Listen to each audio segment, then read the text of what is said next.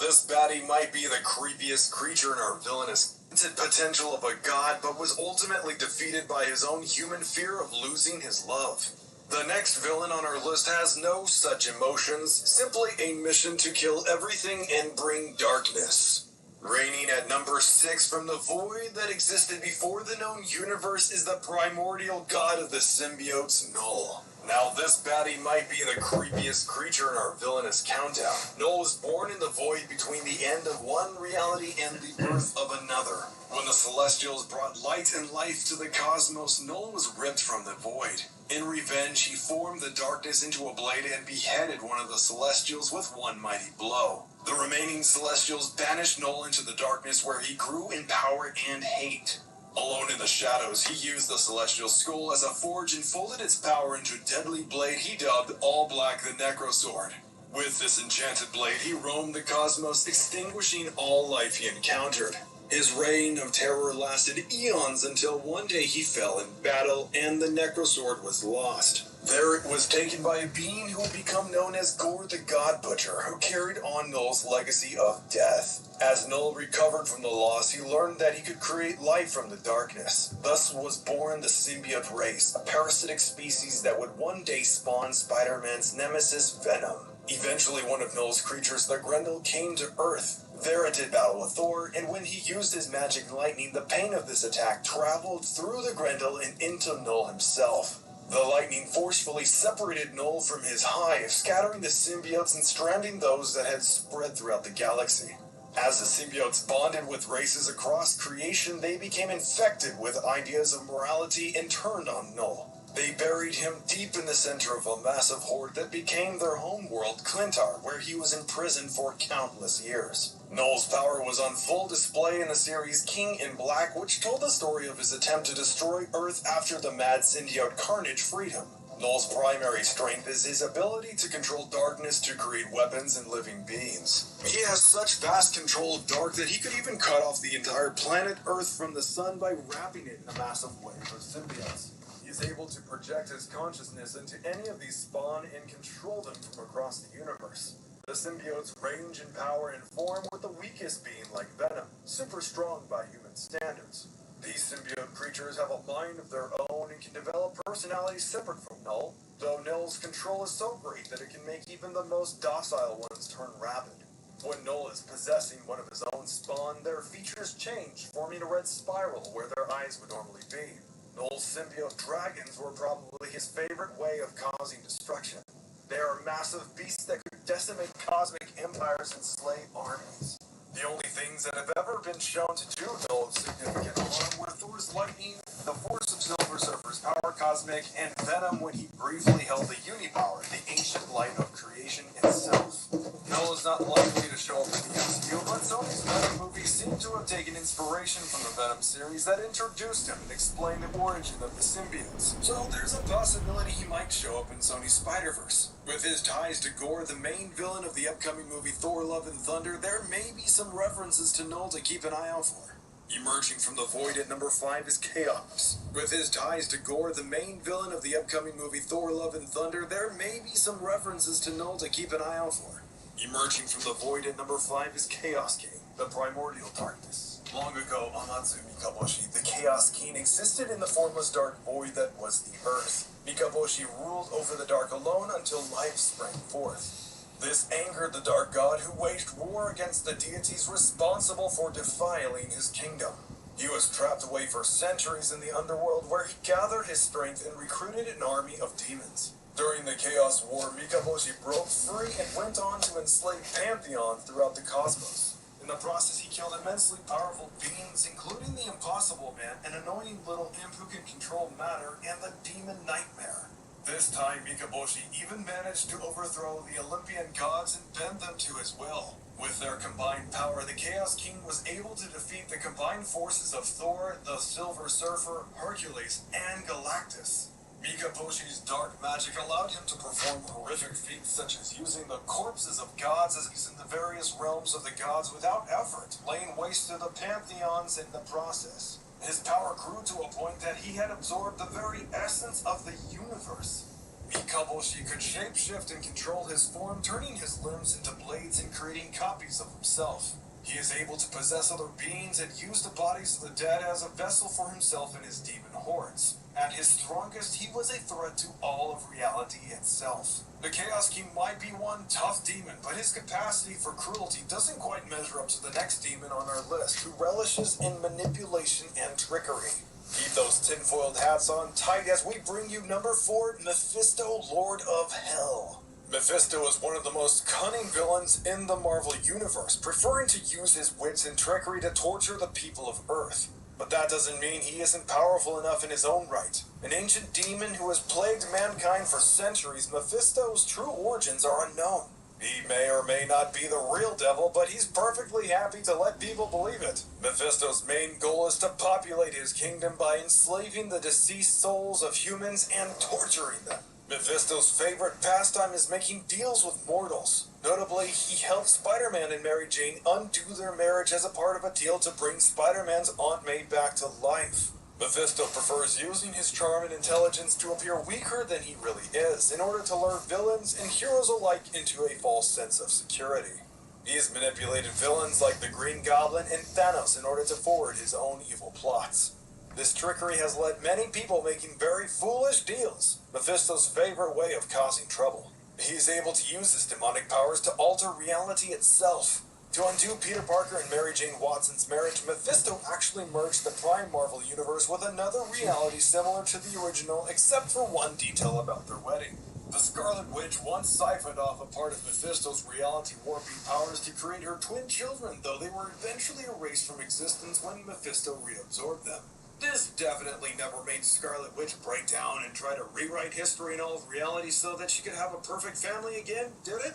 Mephisto has total control of lesser demons and the ability to bond them with human hosts. He's even responsible for creating Ghost Rider by bonding Johnny Blaze with to reabsorb them. This definitely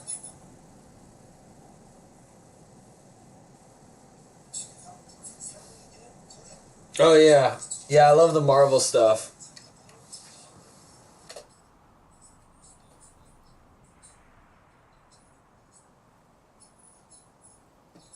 Zoid, you're missing out. I already streamed twice today. Day 20 happened twice. We are passing into day 21. So I'm a little ahead. I am a little ahead. We're like 27 minutes ahead, but you know.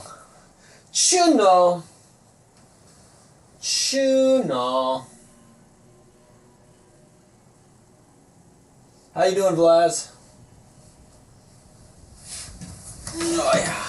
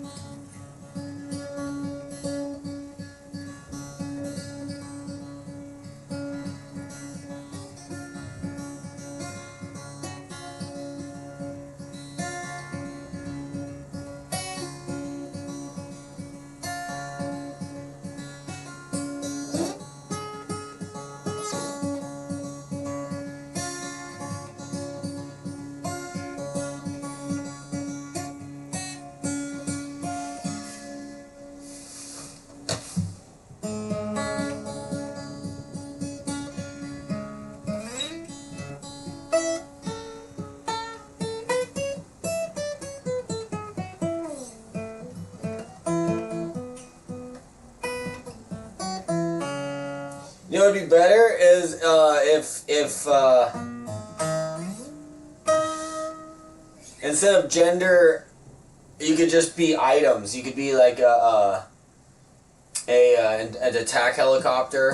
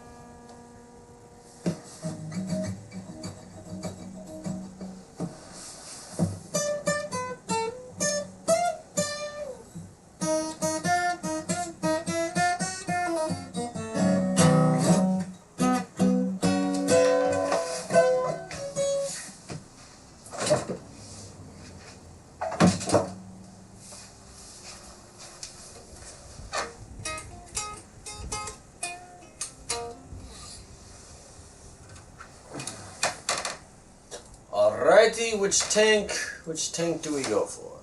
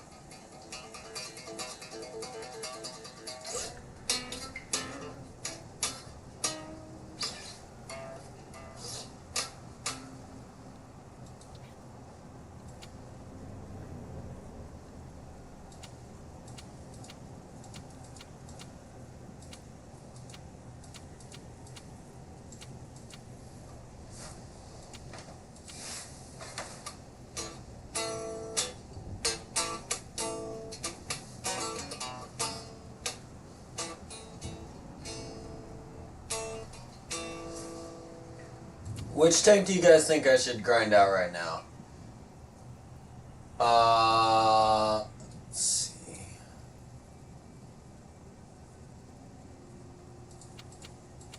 I guess I've been on the Matilda. So that's kind of where I've been at. So it's a tier 4. So I guess we just stick with that. I think I got a lot of tier 4s I gotta grind. So the M8 will take us to the Hellcat. So that's cool. What's the M7 do again? Let's check the M7. M7, where are you? Alright, so we have the M7 because it's going to take us to the heavies. So that's cool. Oh, but we wanted the German heavy, right? Okay, so let's just figure out what we're grinding towards. Okay, so we were going for the German heavy because we wanted the German mouse. Yeah, okay, so to get the German mouse, we need the Panzer 4G. Panzer 4G, okay, Panzer 4G. Okay, so we got Matilda. We got tier 5s. Panzer 4G. Okay, alright, so we got 2 tanks. Should we pick 3? Yeah. Yeah, we work towards the RU, so let's just keep grinding out the RU. Alright, okay, so we got our 3 tanks. Okay, cool. So we got 2 that we're grinding for tier 10, and we have 1 just because I like it. I think we got a good mission here. Okay, who do you guys want to see first?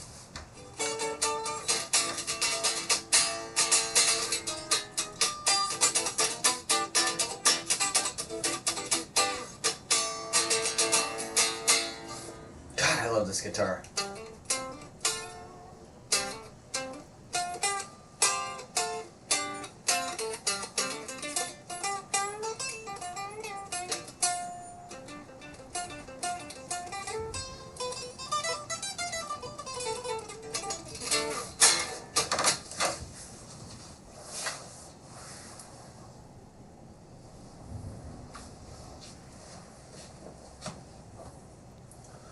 Alrighty, guys.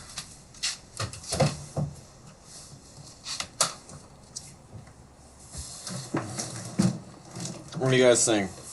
Let's go, I guess we go with the Panzer. Hold on, get my setup here. I'm doing a little standing gaming setup because it's more comfortable on my back. Alright.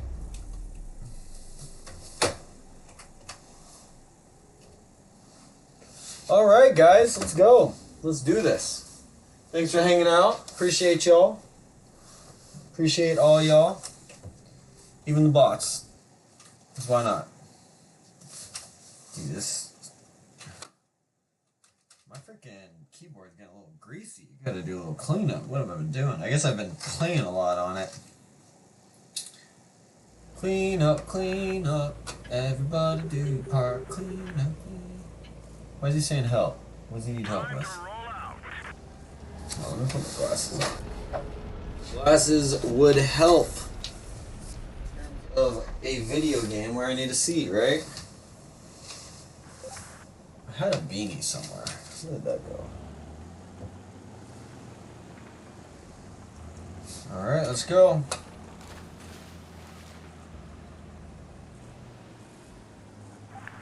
Where am I?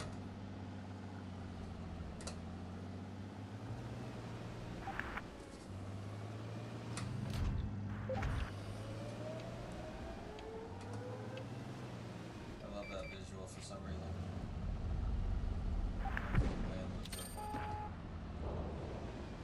Oh, we got action, baby. We got action. We're also getting shot, so let's get the hell out of here. We're getting really shot. Who's shooting at us?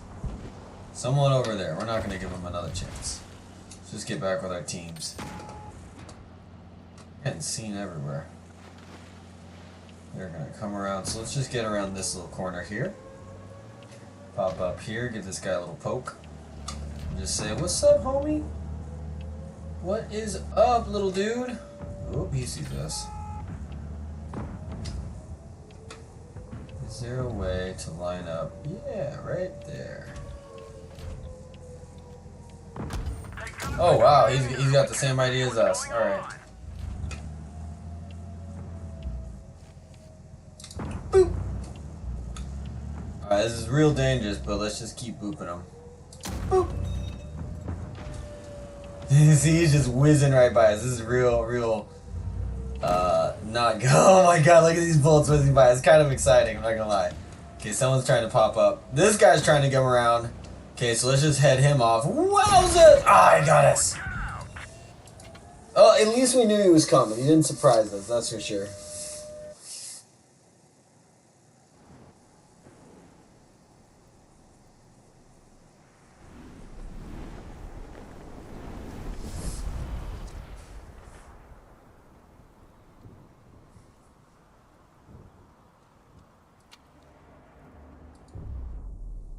This is why we have multiple tanks, guys, so we can just juggle them. We don't have to wait. Regardless, we're reaching goals.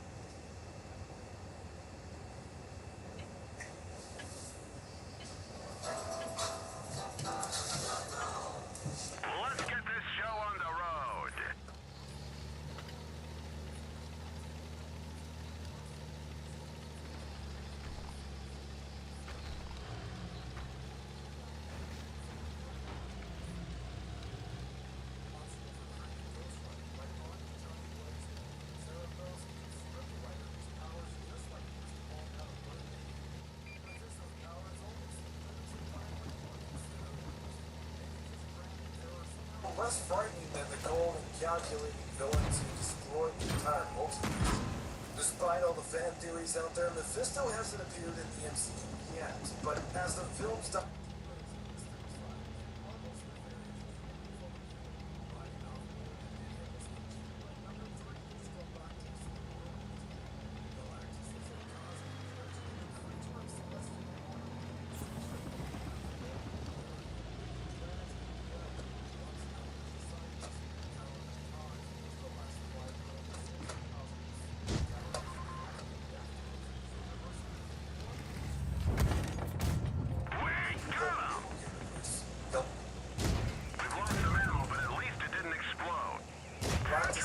is without malice or emotion. It is simply a way of nature. This morality is beyond mortal concepts of good or evil. To keep us going full galactic, eternal team deals with his own energy, the power cosmic, the ancient force of creation itself. The most notable being the Silver Surfer. Each of these heroes is powerful battle with the likes of the Hulk or Thor, but they hold only a fraction of Galactus' strength. Galactus, as the first living being born into the universe, commands power beyond human comprehension through the energy known as the power cosmic. This manifests in a variety of ways. Force fields and energy blasts have the ability to transmute matter. During the Annihilation War, Galactus single-handedly destroyed half of the Annihilation Wave's forces. Though his planetary hunger makes him a villain to most life in the universe, he is in fact a tool created by the universe itself to balance the cosmic scales between the conceptual entity's eternity, the embodiment of life and death, Thanos and Deadpool's on and off again girlfriend. Galactus made a brief, strange appearance in the second Fox Fantastic Four movie, Rise of the Silver Surfer as a disembodied cloud. Time to roll out.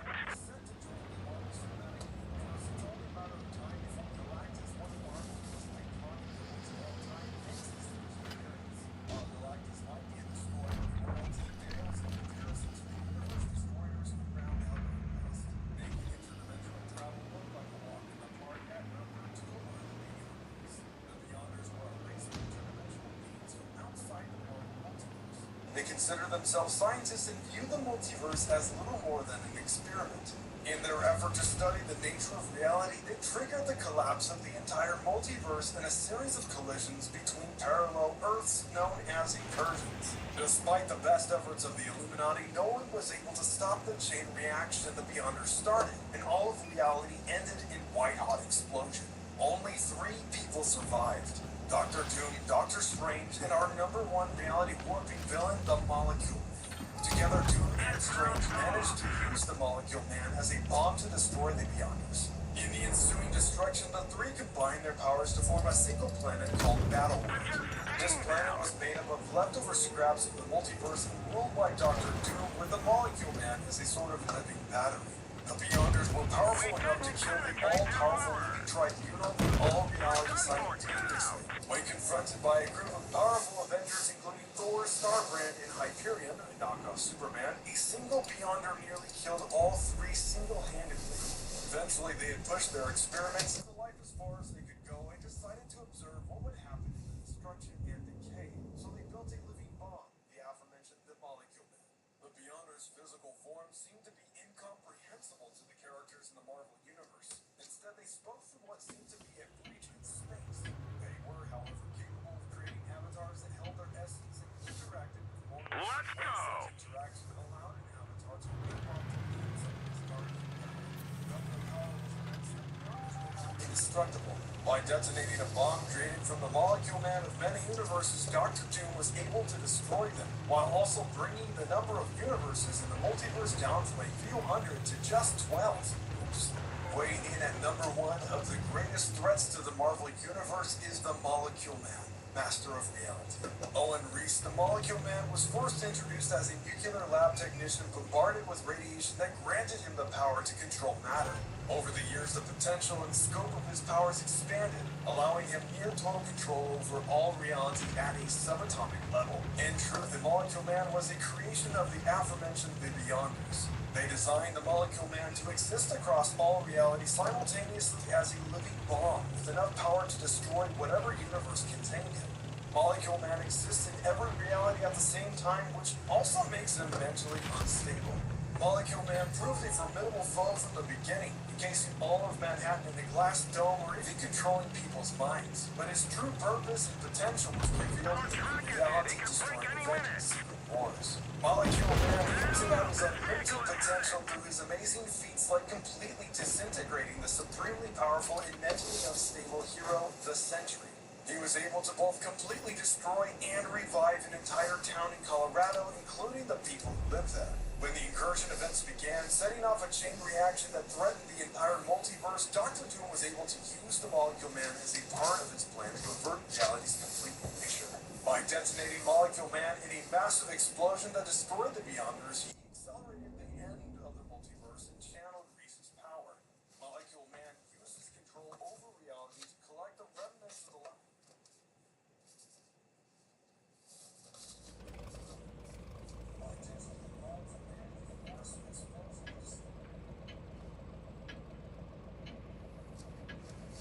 Time to roll out.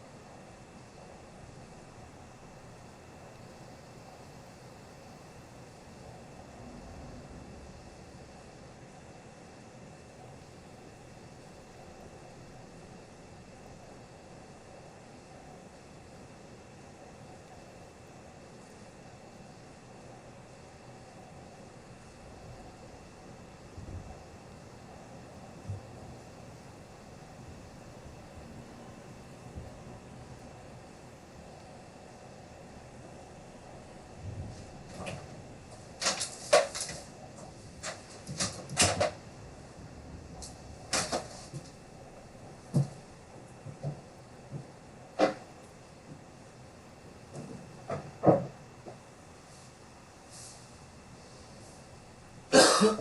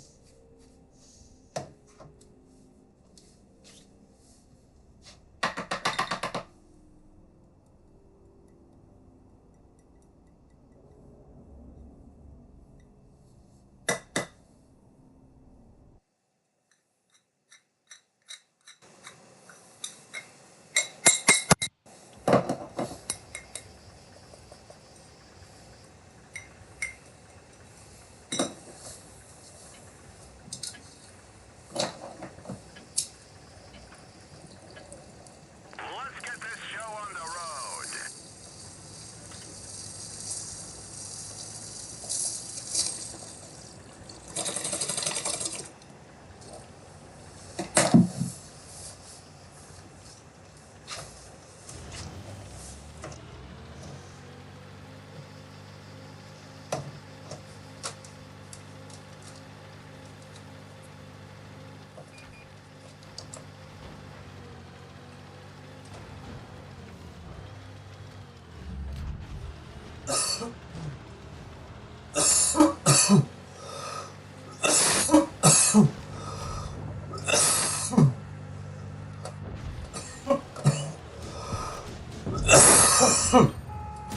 Penetration.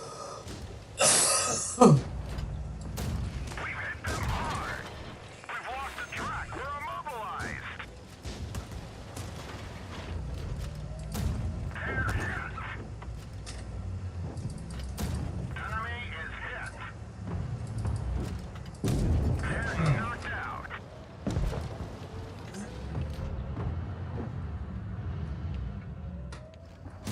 Enemy is hit.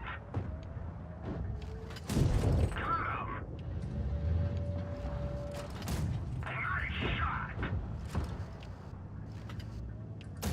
Punched right through their armor. We finished him off.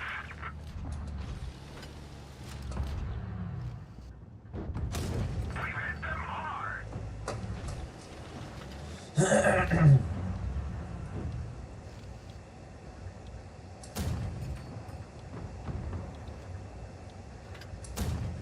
nailed them bad.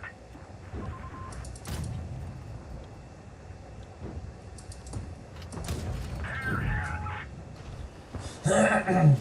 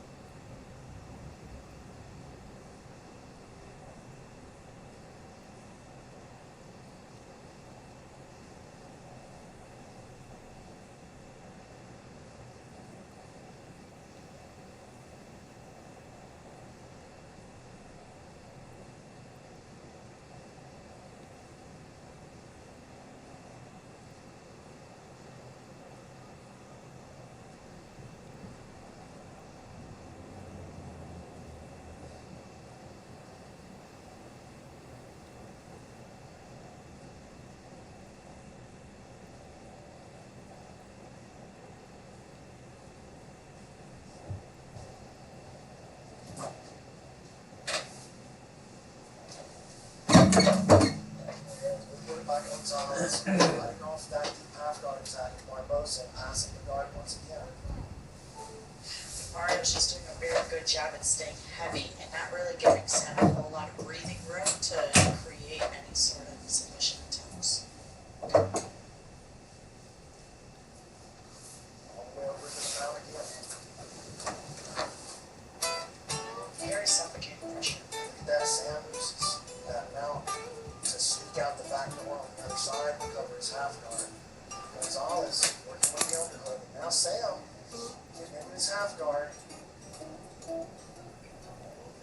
Look, he just keeps his hands down, doesn't bother framing, doesn't bother defending his guard, just allows Gonzalez to sneak right out to the side again, out of the knee on belly.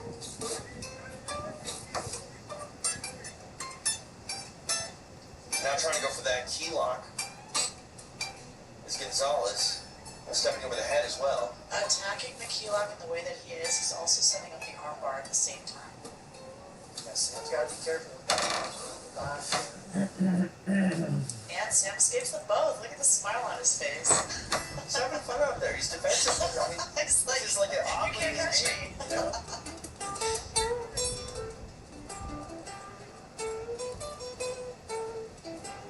Sam easily recovering back to his guard. Gonzalez now stands. 7 minutes down, 3 to go in regulation. In a special match here at EVI. I'd like to see Sam attacking a little bit more. Trying to see some of his like sneaky entries. Gonzalez goes for the back step. Sam defends it, and then finds himself with the right pass once again. Down the middle belly against Gonzalez.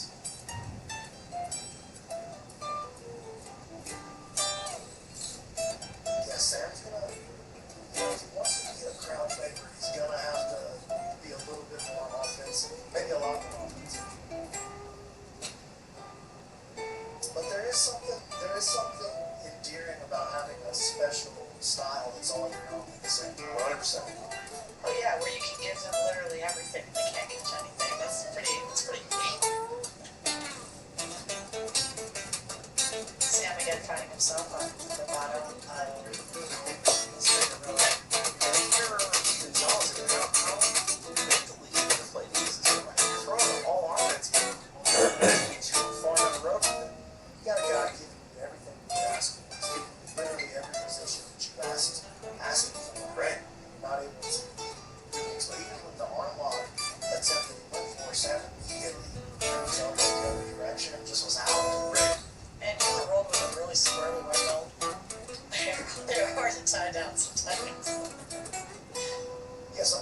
belts are hard. At least that blue belt knows what he's supposed to do. He's not good at it.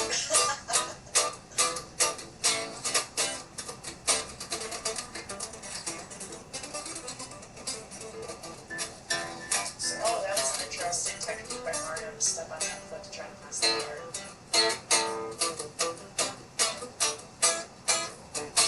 Sam really playing this slogan like he's trying to win matches. He's got the special move. Right. This is strategy. They can play it first round of the year. Right.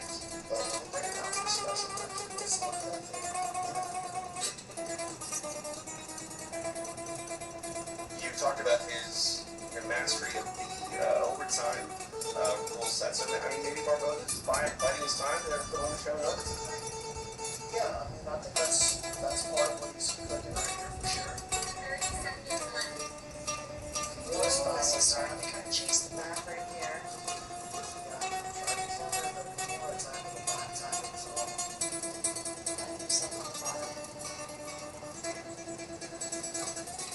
Great job by Mario to keep some pressure.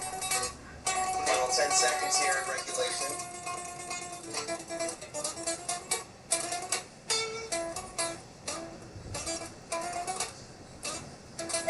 And that's it. We are headed to overtime here in the special matchup between Mario Gonzalez and Sam Barbosa.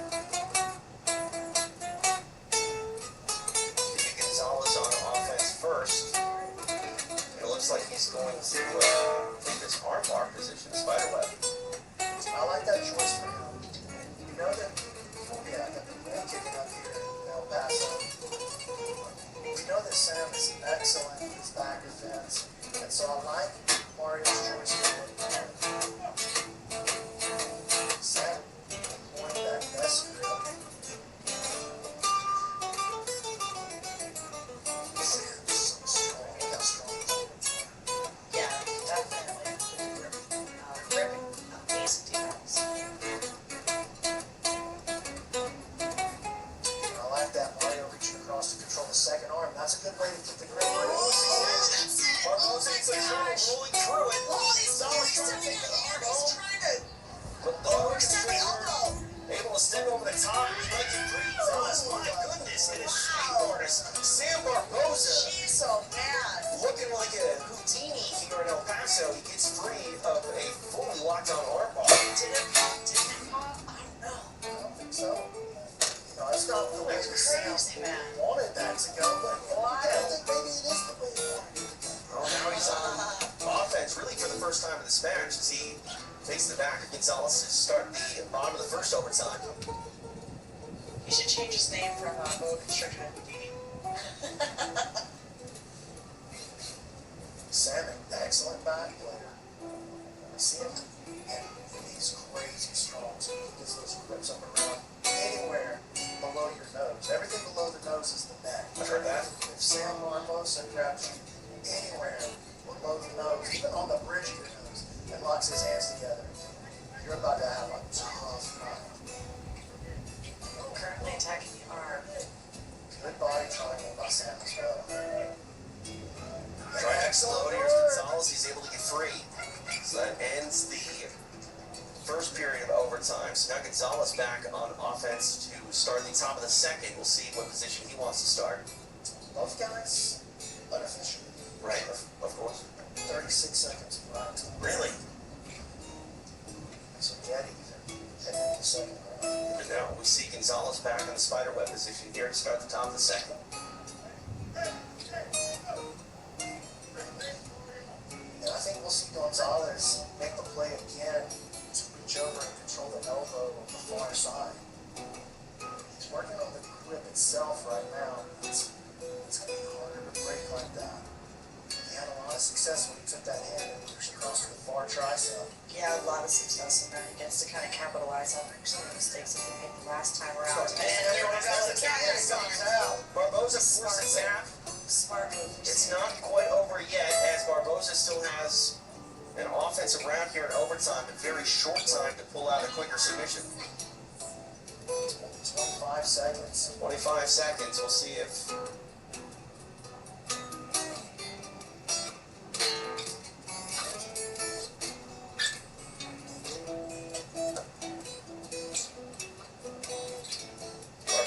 something happen. Sam is going to choose to go to the arm as well. Smart move. His coach yelling at him, he's got one shot. And that shot better be quicker than 25 seconds.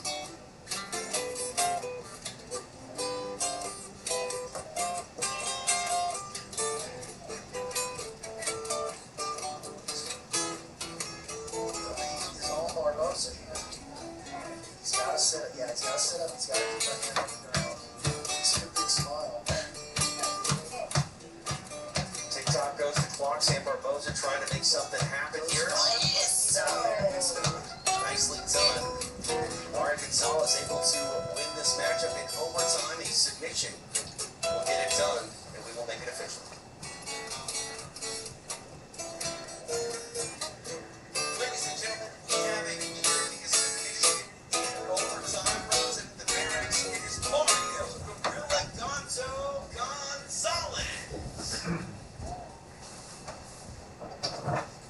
Nicely done for Mario Gonzalez, able to get it done. We talked a lot about Sam Barbosa's mastery of the EVI overtime rules, but it is Gonzalez that gets to overtime and found a submission right there.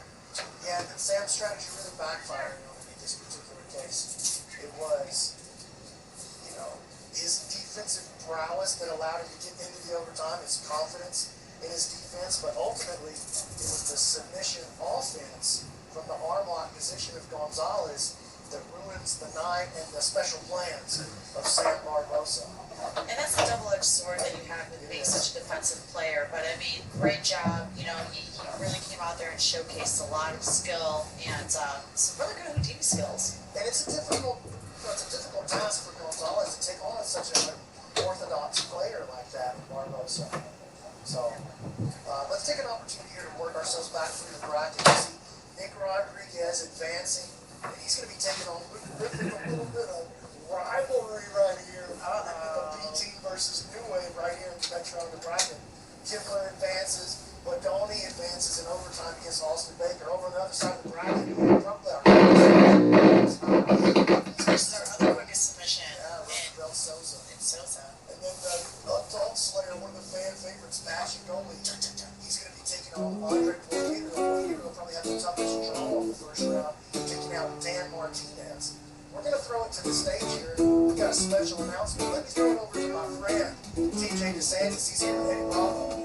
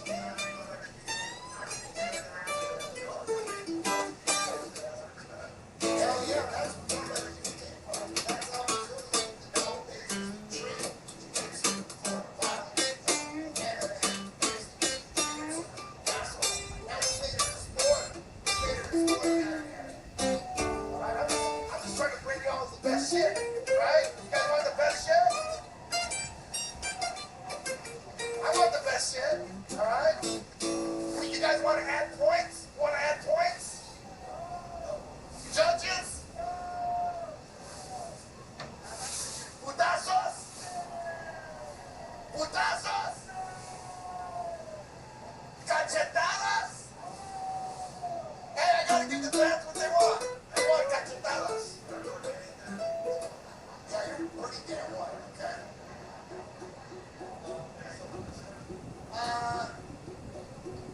Okay.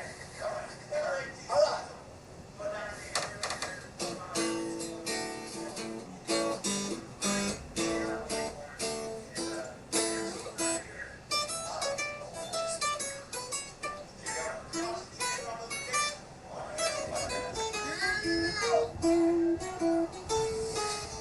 Eddie Bravo Invitational is brought to you by UFC Fight Pass. Bud Light, brewed in Texas. Represent.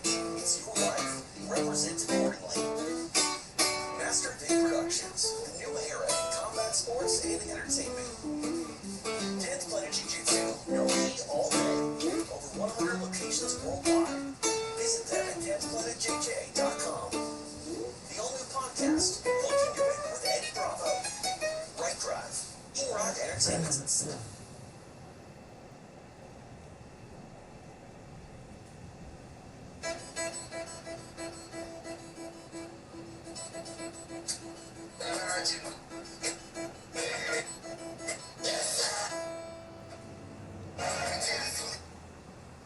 Especially on your first.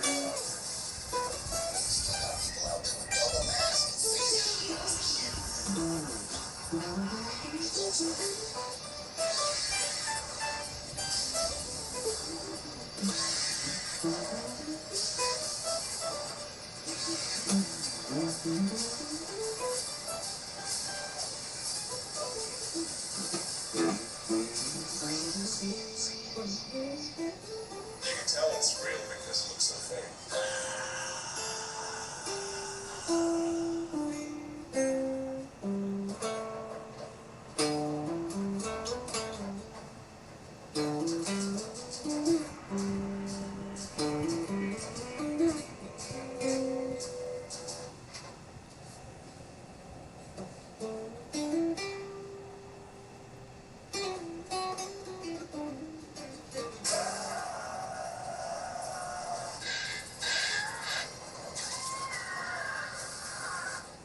Just about to get underway here in El Paso. TJ DeSantis along with Brandon McCaffrey. Vanessa Demopoulos hanging out tonight for EBI 20, the Absolutes. We've got Nick Rodriguez representing B-Team Jiu-Jitsu, taking on the new wave Jiu-Jitsu product in Luke Griffith. And this is an incredible matchup. This match is one of the best team rivalries in Jiu-Jitsu. It's B-Team versus New Wave rivalry. Griffith on the bottom position. Nicky Rod trying to press into his body lock position. He calls it the body lock. Griffith doing a nice job so far, staying on his side, utilizing his springs to keep Nicky's pressure off of him, and trying to dig underneath. It is a tall order to keep Nicky Rod off of him. Both of these men victorious in their first matchups by submission. Rodriguez got a reverse triangle where Luke Griffith got a smother over front Rapana. Yeah, both really good submission. Knocked off a couple of quick ones right there just to open the tournament. Griffith staying on his side.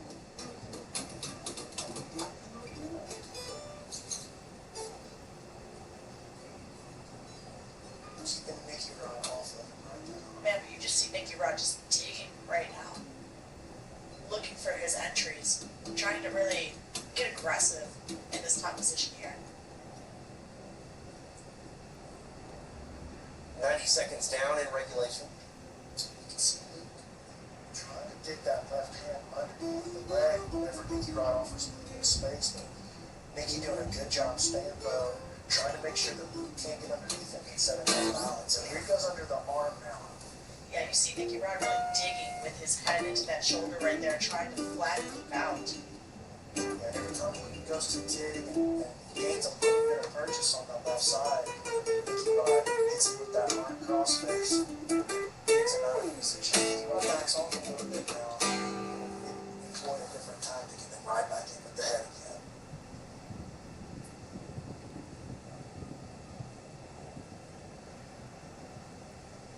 Looks like he has that leg clamped in there with his knee. Trying to open up those legs and see what he can do right here. He's got a really good knee shield. Not really letting Nicky Rod's hits come through at all. You can see that Luke wants to utilize that shoulder crunch position when he goes into the crossface, but Nicky also doing a good job. He's getting a little closer to his body lock. Every time he goes, he's digging out, trying to get into the shoulder crunch position. Man, that shoulder pressure. Both of these athletes are very well conditioned, very strong, very technically sound. And when you're this strong, this athletically sound, and you have that much technical prowess at your disposal as well, it makes you very, very dangerous. Excellent job by Nicky trying to flatten Luke out. He's got his shoulders pinned to the mat right now. Really starting to pass this guard. Oh my goodness, you see Luke trying to dig into that leg right here, and Nicky is doing a great job with his defense. Gets an injury. Nicky Rod going for a leg lock of his own. Luke creating an expansion. Nicky Rod, daddy, They're rolling. They're gonna make it off the mats. From one side of the mat to the other, still attacking is Griffith, but now expansion. Nicky Rod, daddy, They're rolling. They're gonna make it off the mats. from one side of the mat to the other, still attacking is Griffith, but now Rodriguez able to get Yes! Excellent job, Nicky coming up into the top position here. beautiful jiu-jitsu on display here in El Paso. Man, Nicky had to make a serious roll to free his knee line. He did, but that was the first check mark on the offensive scorecard. Goes to Griffith. And they're still being aggressive here all the way on the sidelines. And we are restarting back into the middle.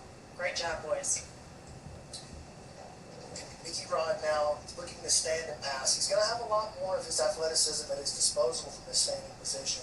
Be able to be a lot more explosive, but eventually he's going to have to close the distance if he wants to pass the guard.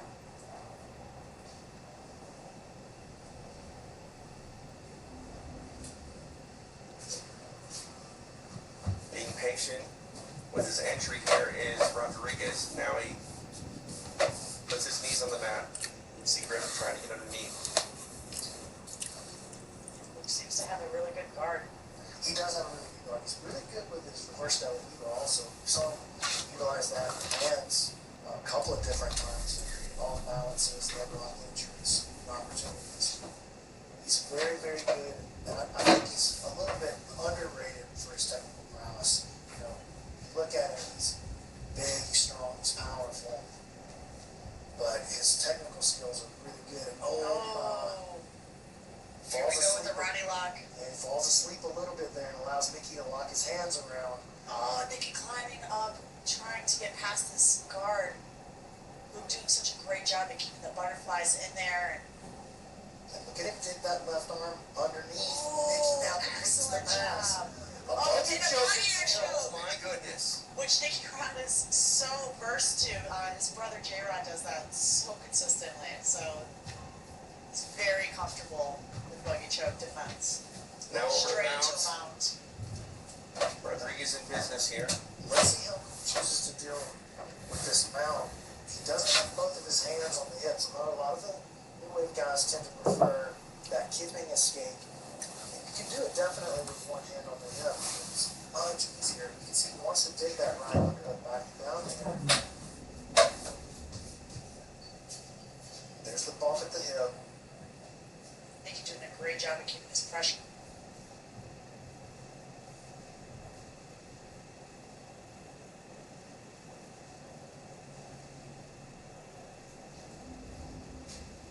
Pressure forward. You see that shoulder pressure into his chin. He's keeping his hips down. are in great position on this mat. Luke is just, both of his shoulders are pinned to the floor right now. I think you gotta be looking to walk that elbow high. Try to expose him into the chopping block. Maybe move him over to the arm triangle position.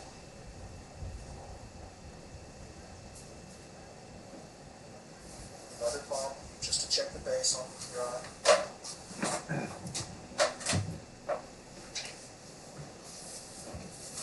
And nice work there by Luke. Just using those small bumps to check Nicky's base, forces him to adjust to stay on top. Nicky chooses to stay on top rather than get turned, but it does force him to back off of that mount position, now back into this passing.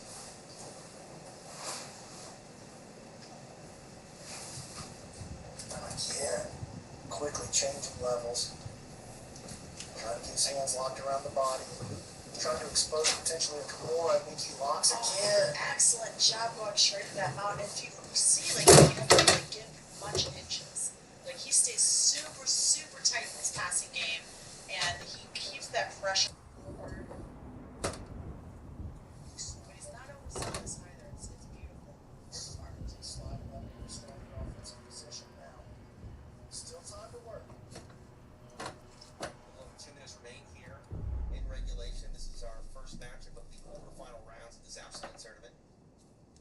Doing a good job utilizing that defensive bump. Every time Nicky gets a little bit ahead of the dance, there's that kick to LCA. Excellent work. Luke makes that look fairly flawless, too. Like, once he kind of starts to get to bumping, he really escapes those legs. So that's the power of good technique. Good technique allows you to do More with less energy. without having to expend so much energy, And you need that against an athlete like Nick Rodriguez. You can't be caught in a strength battle with a guy like that. How do you win a strength battle against that man?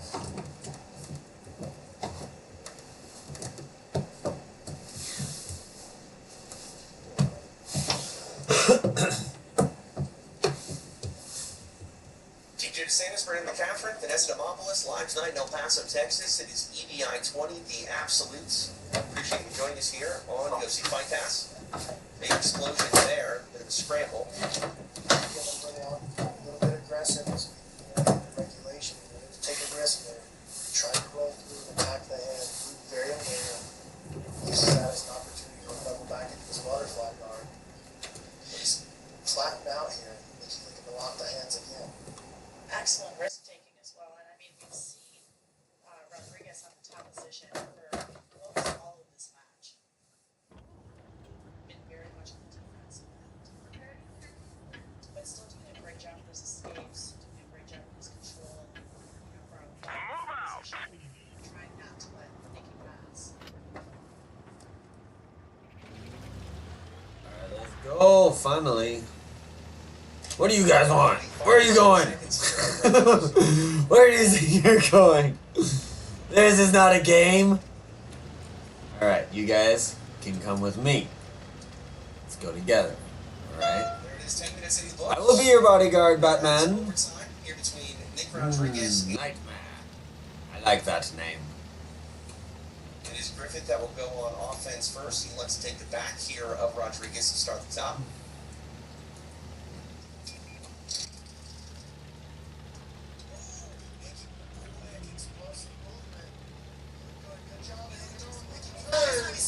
That is a huge statement by Nick Rodriguez. Getting out of that situation very quickly, and now he will go on offense here. In the bottom of the first, he lets take the back. I don't want to be your bodyguard. Come back. Position for 6 seconds there. And let's see what Nicky does here. He's renowned for having a good back game. Arnie triangle. Oh my goodness, I said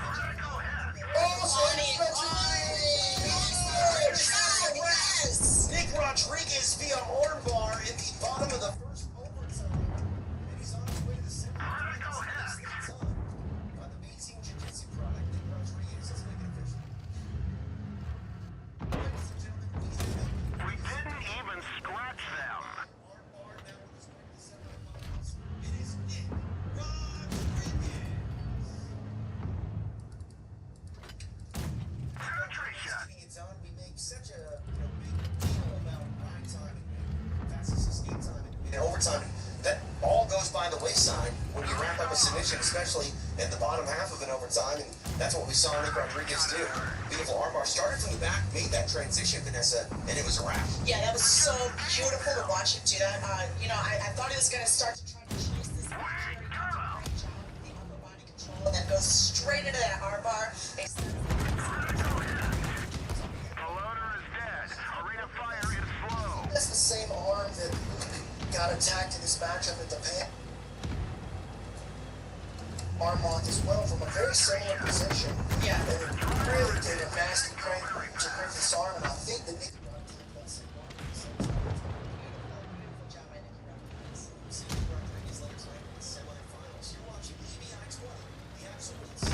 Vehicle destroyed.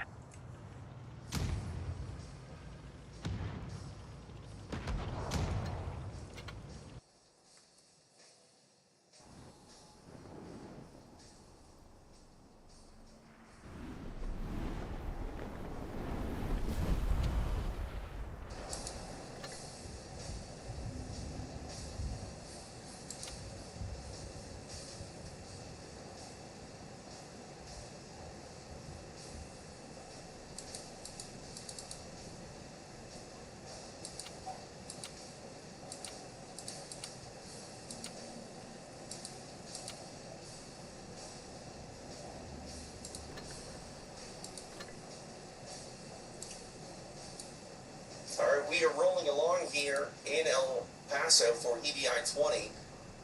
We've been told to hold up here as we may have an injury. We'll see what happens. It's a live scene unfolding. News breaking. Breaking news. Yeah, I don't wanna speak out of turn, but I'm gonna do it anyway. Oh, I like that. I like that. What a rule break. We're living on the wild I side. think that Bodoni just removed himself from the tournament. I'm not sure why. And I think that they're gonna run Baker in. Here comes Victor to tell us. Okay. All right, so we are getting the information now from Master Vic. Giancarlo Bodoni is out of the tournament, and Austin Baker is now back in. So we will see Austin Baker take the mat against Andrew Kindler. So Very interesting development. Wow, that's amazing. And congratulations to Austin Baker for now having a second opportunity to win $15,000 potentially. I say it all the time, the tournament, it's high drama. It's unfolding and living and breathing right now, and that's what we got, some more drama. So excited to bring you this news. Unfortunately, Bodoni, his night ends here via injury, but Gotcha. University of Arizona men's basketball team is in Dallas. Punched right through their armor. That one didn't go through. One of our turrets is gone. We can't move. We nailed them bad. We do now have Austin Baker stepping in here. Another opportunity to really get tracked We hit them hard. forward in this EBI 20 competition. About to see Baker in that special matchup.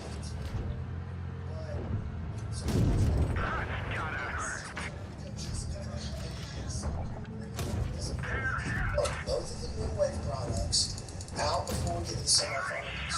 That's very. I don't think anybody would really predicted that heading into this bracket, but that's the way it's shaking out. well, expect the unexpected, and the show must go on, and it does right now. So let's get to our next corner. Looks like that one went right through. Enemy armor is damaged. Penetration. Enemy vehicle knocked out. We got him. Nice shot. Enemy armor is damaged. Enemy destroyed. And his opponent representing Souls JJ, it is Austin Baker.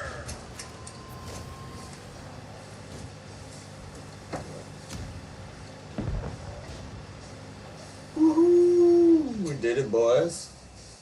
So Baker is replacing Giancarlo Bodoni. Bodoni had to withdraw due to injury, so it is Austin Baker back in the tournament. Our quarterfinals continue here in El Paso.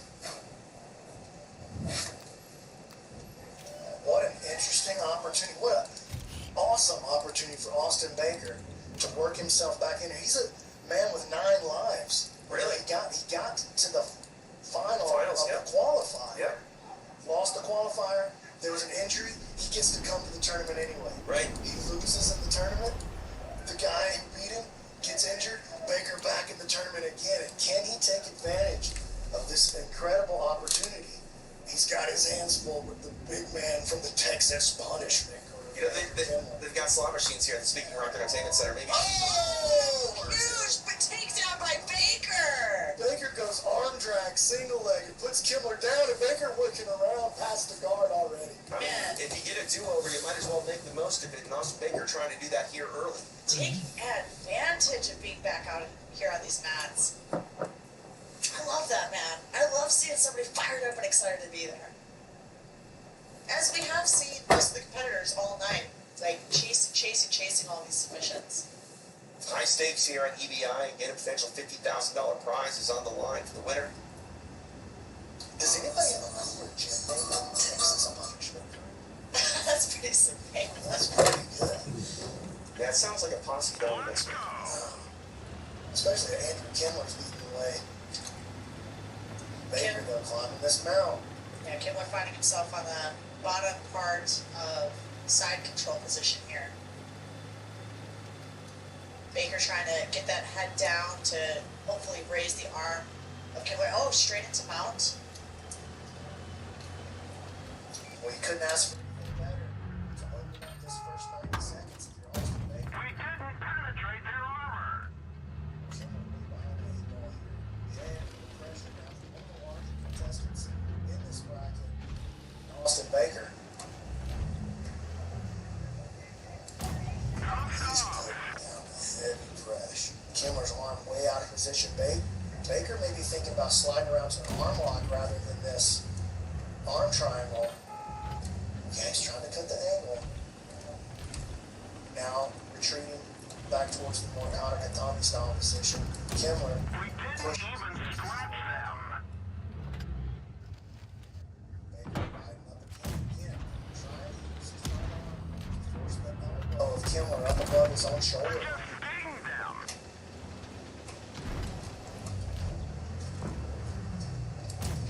Man, this wind is picking up here. Oh my goodness, we just saw drinks flying here on the sidelines. The wind is whipping here in El Paso. As is Baker's mount currently, as he tries to Off walk to the arm. Swim move. Oh, and the legs around the head is going to get this arm lock position right here. Shades of Bustamante versus Limlin with that swim move off the mount to the arm. I love that reference. Thank you. 7 minutes. Oh, that's so much time to work right now. He's in such a dominant position. And you see how he's keeping that elbow close to his stomach. So it's going to be really, really hard for Kimmler to get out of this. Now the leg is clear. Position, let's go. It is done from out of the tournament. Now on his way to the semifinals. Austin Baker doing some big things here in El Paso. Nicely done. He gets the armbar stoppage of Andrew Kimmler. One didn't go through. Congratulations to Austin. Sting them. Jerk it. Like 6 minutes ago, he wasn't going to win this tournament. He's on his way to the semifinals. He's making Ladies and gentlemen, we have a winner via hard. We hit them hard. We're immobilized. We didn't even scratch them. Now, this vehicle has got it. Solid stuff turned in by Austin Baker, who was able to take that arm home with him. Kimmler had that leg involved and was fighting it off as long as he could, but once that leg was cleared, the arm was extended, and that was a wrap. Excellent job being patient on Austin Baker, because his patience really paid dividends there. He got the leg across the head right there, and he had so much time to work. I think there was 7 minutes left in the match. You see Kimmler trying to clear his head, put his leg over Baker's head, but it didn't really turn out in his favor because Baker was still able to extend that arm and finish this. On his way to the semifinals, Austin Baker gets it done here in El Paso. You're watching the Eddie Bravo Invitational 20, The Absolutes, on UFC Fight Pass.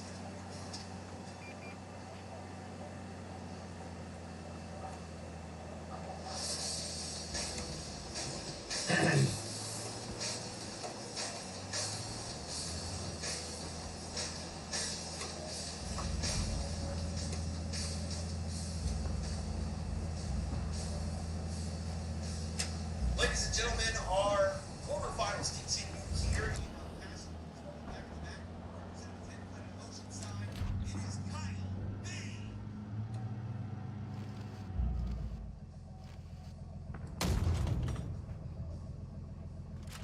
And his opponent representing Roosevelt Sosa. Looks like that one went right through.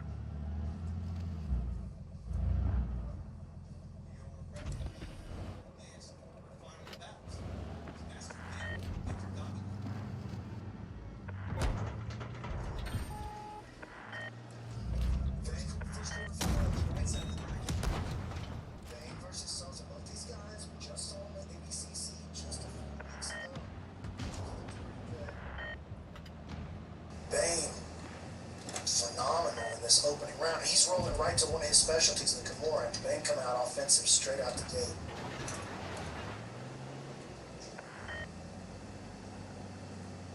We're done for. Get out.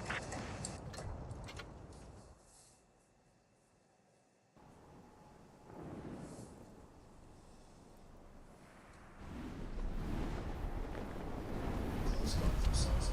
Bane chooses to stand to open it. Sosa back into his butterfly guard. Can I get a reset here in the center of the back? Normally we see Kyle choosing to be the bottom player. This time, Sosa making that Time to roll out. and he chooses to stand here. Kyle, a little bit of a level change. Kyle's up the collar, pulls guard. Go straight in for that leg, but wasn't able to pull it. So it's not really top of him.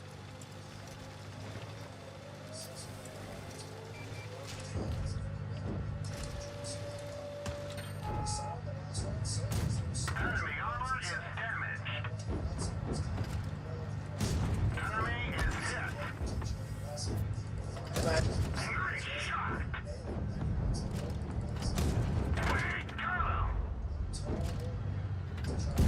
Carlo. Penetration. Air hit. Enemy armor is damaged. Enemy armor is damaged. We hit them hard. Great If you're shot. just joining us, Eddie Bravo made a huge announcement earlier tonight. December 18th, Cancun, Mexico, the first ever combat jiu-jitsu team tour. That's going to be fun with the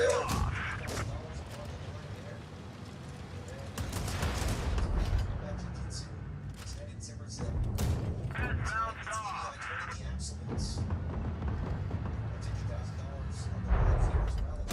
Punched right through their armor. Enemy is hit.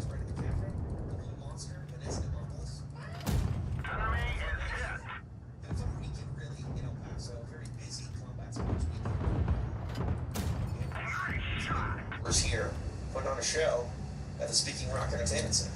Yeah, you see Kyle really trying to dig into those legs of Sosa right now. And he's going after one leg, then he's digging into the other leg, then he's going back after the initial leg. Like, he's just going back and forth amongst the legs right now, trying to get Sosa off balance, bring him forward. Sosa having a really good base, solid base, and trying to just pressure to get past Bane's guard. Both guys playing a very controlled, I almost want to say like a slow pace right now. Enemy armor is Every damaged. guy anxious to overextend and make a mistake. Enemy vehicle knocked out.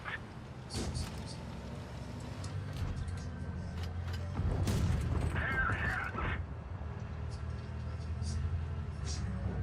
His left arm. He's gone. Find us another target. Wants to keep that space open so that the guard pass is available if he is. I love that Kyle just comes up kicking those legs, boy. Egg beaters? That's what that's called, right? Yeah. Beater guard? Reminds me of when that guy backed into the plane in Indiana Jones. Oh my gosh, no. You don't want to back into those feet. Ooh, excellent job by Sosa trying to really lock in those ankles to get past the guard. Unsuccessful. 4 minutes down, 6 remain here in regulation. Roosevelt Sosa standing over Kyle Bane.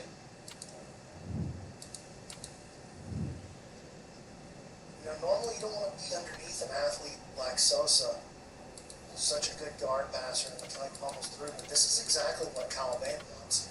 He's a leg locker extraordinary, and now he starts to pull himself into position. Oh my goodness. Sosa aware as Bain started to make that exposure.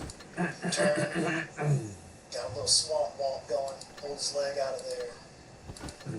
Bain came to the standing position and now retreating back to his guard. This is his comfort zone. This is his happy place.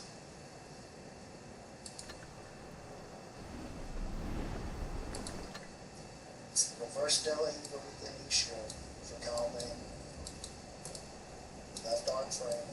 Sosa trying to control the wrist. Playing with the mercy grips a little bit. Playing with Bella again. Halfway point of regulation, 5 down, 5 to go. Again, this is our quarterfinal round here, first quarterfinal matchup on the right side of the bracket. This is when Bain really starts to get his offense going. See, he takes that left foot, hooks it on the right side as a butterfly. Sosa very aware of that, keeps his right hand on that ankle, trying to stop Bain from penetrating to the inside position and creating the elevation that he needs to get into the leg entanglements. But you gotta think that the longer this goes and the more likely it becomes an EBI overtime situation, the more it favors Kyle Bain. It's just, not only is he excellent, but so far he's proved himself unbeatable in EBI overtime. Right. I'm just not loving this. I feel like Sosa's stalling. This feels like stalling to me. You know, like he's kind of just entering the guard, then he's backing out of the guard. He's entering, and then he's backing out of the guard again. Vanessa Demopoulos not pulling any punches here. No, he's stalling, man. He's scared. I don't know. I think he's playing a conservative strategy for sure. But I mean, how do you approach a guy who's this dangerous at the leg lock? You can't just jump in there all willy-nilly. No, I run away from him. I run the other direction. Yeah. Get the heck out of town. I'm keeping myself up here on this stage. I ain't trying to fight either one of them. Yeah, but he's very consistent in diving into like a quarter half guard almost, you know, and keeping his posture high. And then Kyle will come in with a knee shield, and then Sosa backs out again. So it's just consistent in, out, in, out. And there's Kyle with a great entry into the cross Aussie position. He's going to look for the exposure here, and this is exactly the thing. Oh, look at this inside spin. That's going to expose the heel. Here goes Kyle, spin into the inside. Quickly to the leg, exposing the heel on the backside. And he got it, Kyle Bain. Kyle Bain gets the submission. Beautifully done for the 10th Planet product on his way to the semifinals. Still undefeated as a black belt here in EBI. They look to keep it going. They don't pass up. Let's make this one official. Ladies and gentlemen, we have a winner at 7 minutes and 6 seconds into regulation.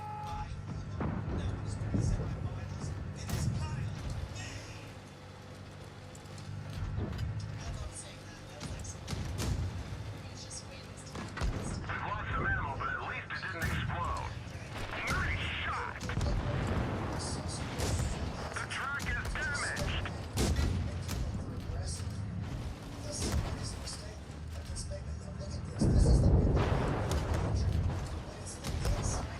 Now look, Kyle takes his hands and reaches around to the other leg, spins to the inside, and that's what creates the heel exposure. Right here, as soon as he gets underneath, the heel becomes exposed, and just a touch from that big, powerful athlete with beautiful breaking mechanics. And Kyle Bain snatches up a leg and snatches a spot in our semifinal. And we'll see him later tonight. Kyle Bain getting it done here in El Paso. Live on UFC Fight Pass. This is the Eddie Bravo Invitational 20, the Absolutes. Punched right through their armor. Vehicle destroyed.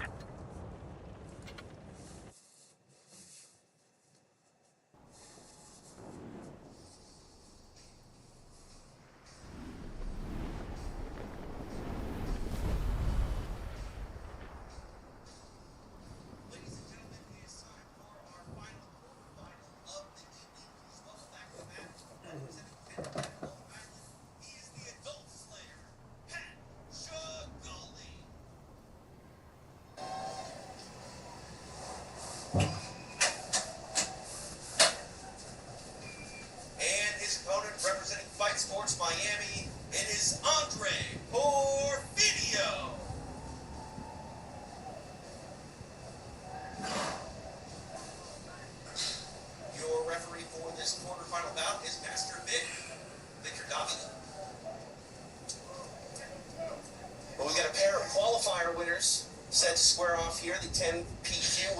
Shigoli meets Andre Porfidio, and both of these guys want to be on the floor.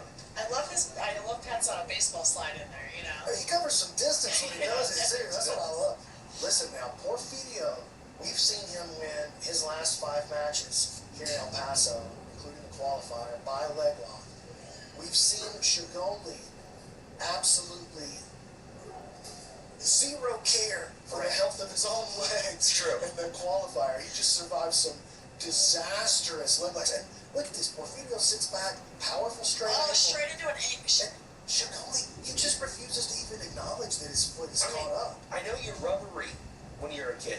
And his shirt says rubber bones. Right, well, I mean, he's rubbery. We definitely saw the disrespect of Andre's straight ankle in the last match, though, and how that turned out. So That's a good point. Dan Martinez tried to ignore that and push himself to the back position anyway, and Porfirio just kept going belly down with it, adding pressure on that ankle.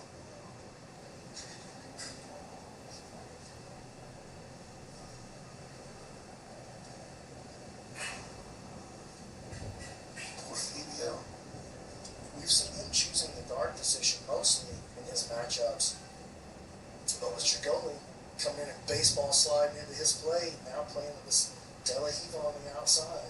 that was a fun little swivel that now he's in this position. He's got, the outside hook on that ankle, and he's trying to trip Andre here.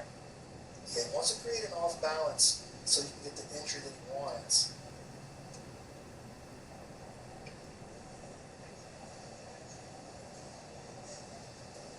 Arm drag, Oh my snatches on gosh, the he leg. snatched it on the way out. Shigoli's he's over trying here. to flip him. And Oh, and now he sits sits down in the for leg. That was cool. Porfidio That able was to get cool. 3, and a smile and a laugh by Pat Shigoli. The people love him. The people love Shigoli. Here's the people's champ. The kid is here to put on a show, and he's done just that, and he's taken on a very tough Andre Porfidio. Again, both of these men earned their way into EBI 20 by winning qualifiers. And that's really exciting too about the growth and evolution of this tournament and sport is, you can win these qualifiers not only just at 10th Planet if you're in the system, but also all around the world. And now again we see Shigoli trying to play this game, and Porfidio attacking the leg as well. He bails on it now. Shigoli comes up in top. Excellent control of the knees there as Andre tried to back out. Pat was able to kind of sweep him down to Yeah, that. it was a great off-balancing play by Shigoli, showing a technical prowess that's ahead of his experience and his years on the mat. And here's that again. Oh, here we go again with the straight ankle. Listen, Excellent attacks on Andre. Shigoli don't care. It's like throwing rocks at a tank. It really is. He just doesn't care. Andre is continuing to be on the attack, though, with his straight ankle locks. And he's got beautiful entries into them. He just snatches them up and just wants to take them home. And they've worked well for him here in the past. But again, Shigoli just seems fearless on the floor playing the leg game. I think he's fearless in pretty much all aspects. It's true. Well, he's got that fearlessness of youth. He hasn't had that devastating injury that comes from disregarding your own safety just yet. The disrespect for your leg was catch up over time. Oh, excellent sweep position for Andre. Look how easily he inverts and spins through. It's just so impressive. I mean, you're not expecting to see a guy with that build be able to invert and roll and gravy across his shoulders, spin so easily, but he's got a really effortless game. Oh my gosh, he wanted to do a leg drag trying to elevate him. Sweep him over his head. Yeah, but that was perfect counter positioning by Porfidio. Oh, beautiful job. Andre now trying to pass the guard.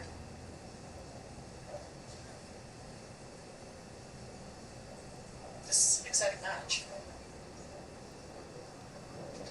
It's been a very exciting weekend and exciting event here again. EBI 20, the Absolutes. TJ DeSantis, Vanessa Demopoulos, Brandon McCatherine. Live here at the Speaking Rock Entertainment Center in El Paso, Texas. This is our final quarterfinal of the evening. Winner of this match will take on Kyle Bain in the semifinals.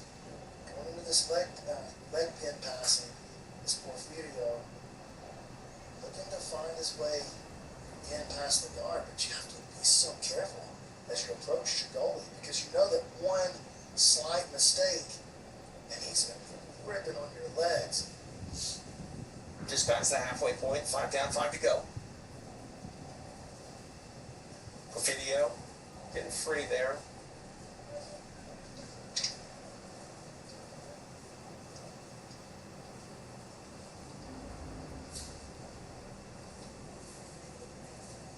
Andre doing a good job of trying to slice through Pat's guard here. Ooh, excellent structure on the face. I like that. Smiling.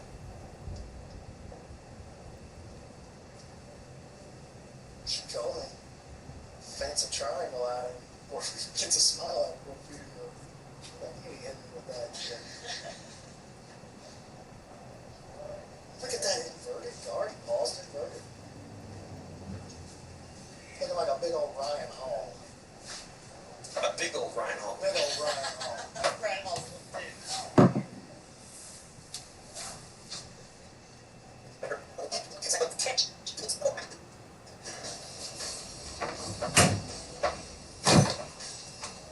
Ladies and gentlemen, it is time for our final quarterfinal of the evening. Please welcome back to the mat, representing 10th Planet Long Island. He is the Adult Slayer, Pat Shagoli.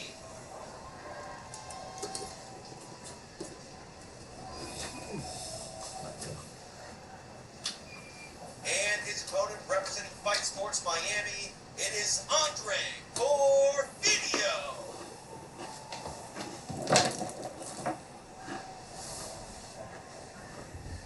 Your referee for this quarterfinal bout is Master Victor Domini. Well, we got a pair of qualifier winners set to square off here. The 10 PQ winner, Pat Shagoli, meets Andre Porfidio. Both of these guys want to be on the floor. I love Pat's baseball slide in there, you know. He covers some distance when he does it. Serious. That's what I love. Listen now, Porfidio, we've seen him win his last 5 matches here in El Paso, including the qualifier, by leg lock. We've seen Shagoli absolutely zero care for the health of his own legs. True. In the qualifier, he just survived some disastrous leg locks. And look at this, Porfidio sits back, powerful straight ankle. Straight into an ankle. And Shagoli, he just refuses to even acknowledge that his foot is caught up. I know you're rubbery when you're a kid. And his shirt says rubber bones. Right, well, I mean, he's rubbery. We definitely saw the disrespect of Andre's straight ankle in the last match, though, how that turned out. So That's a good point. Dan Martinez tried to ignore that and push himself to the back position anyway, and Porfidio just kept going belly down with it, adding pressure on that ankle.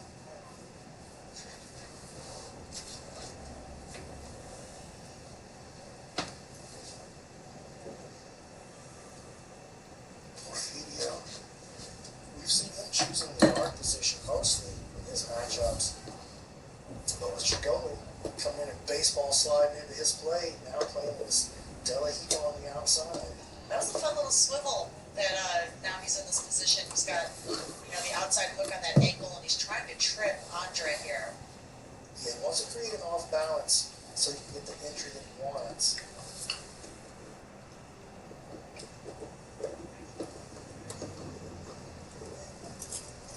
Arm drag. Oh my snacks on the gosh, he leg. snatched it on the way out. Shagoli's he's over trying here. to flip him. And Oh, and then now he sits down through for the leg. That was cool. Porfidio That able was to get cool. 3. Smiling something that he wants.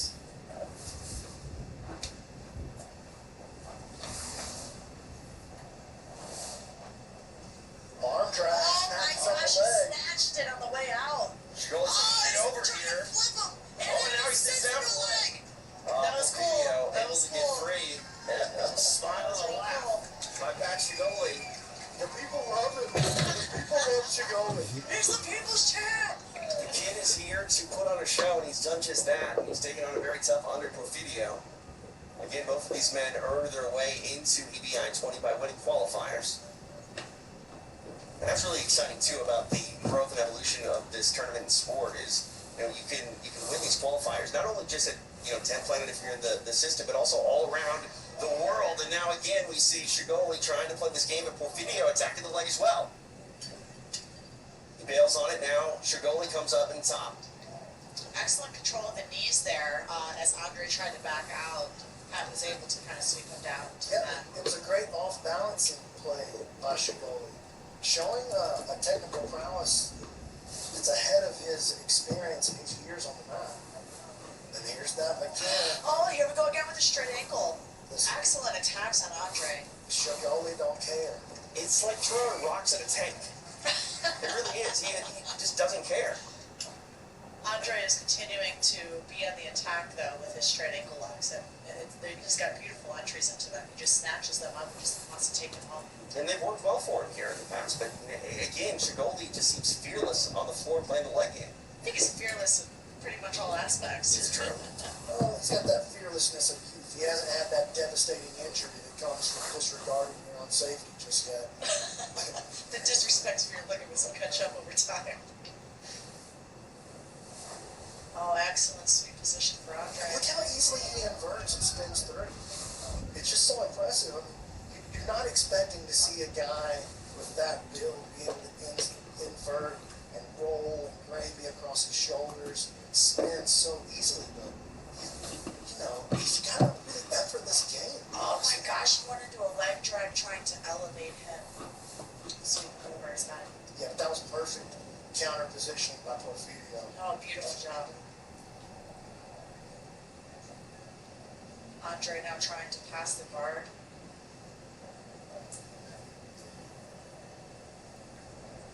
This is an exciting match.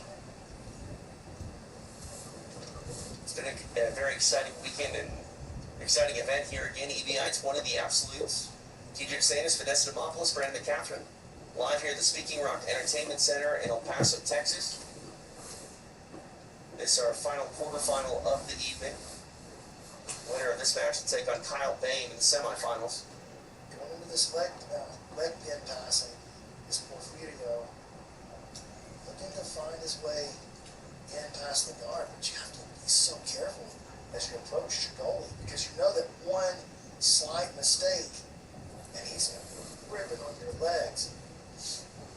Just past the halfway point, 5 down, 5 to go. Porfirio getting free there.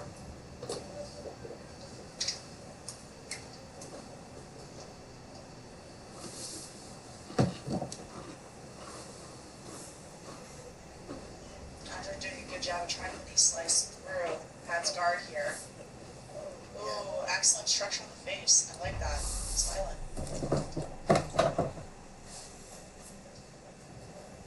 Shigoli feints a triangle at him. Porfirio gets a smile out of Porfirio.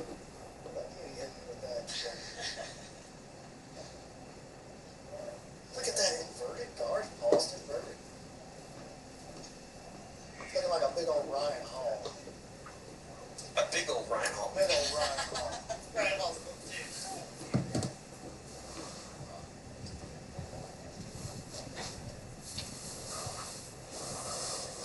Porfirio with a hold of that left leg of Shigoli. He's having to be very cautious, and now using this leg go passing again. Very reminiscent of how the Bertolos like to play with discard passes. But he's staying consistent, you know, staying consistent, he's staying patient, he's trying to, like, he spun him around in a 360. I mean, he's doing what he can to try to get past this guard right here. Pat's just doing a great job. Good guard defense.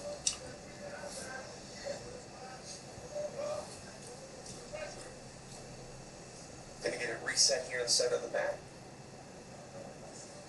Now, unless you're somebody like Hanato Kabuto, it's like guards like this are kind of hard to pass, you know. They'll just front flip over you or something crazy, but that's not always the smartest move.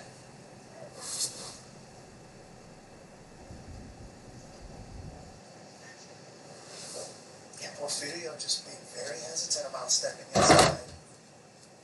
And he should be. Every time he almost makes the decision to step in, you see Shigoli threaten him. The University of Arizona Biosphere 2 is the world's largest controlled environment dedicated to studying and solving the problems facing our planet's most vulnerable ecosystems. Together we can save our natural wonders. The University of Arizona, wonder unites us.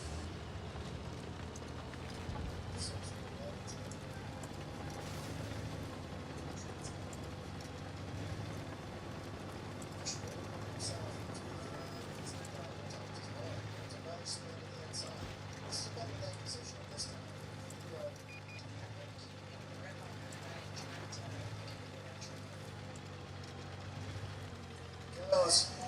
On the run is Porfirio. He's able to get free back to his feet. You mentioned overtime. We saw Shigoli do well there in the qualifier. For Porfirio, we've only seen him finish matches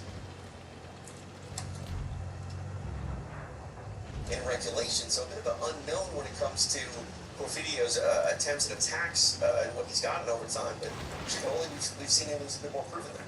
Well, I know that Porfirio's been taking the preparation for this tournament very seriously. I know he's been treating his overtimes, both the back position and the arm lock position, offensively and defensively.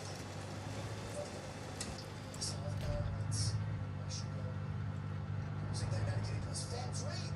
Wow, okay. That looked like good security, and then he finds himself in a different position. Andre, I think, the first time for the last minute, it's finds himself in the back. And the leg entry of his own here as he starts digging in, really trying to extend the legs of Pat. Let's see, is he in a killer run? Now we have Pat trying to chase his own yellow position as they start rolling out. Try to move in. Right at the edge of the mat here with a little over a minute remaining in regulation. Pat moving off to more of a straight ankle. Enemy armor is damaged. That left butterfly hook, puts it behind the knee. Enemy He armor may is try to crank on an Aoki lock position. Almost all the way up the backs there. Good sportsmanship by Shigoli. Porfirio, look at the terror in his eyes, like this kid's about to throw me to the other side of the border. He's the adult slayer. Yeah. Fun little exchange there. We have almost 30 seconds left in this regulation time. Another false reap attempt by Shigoli. Counter, corkscrew lock, didn't make it happen.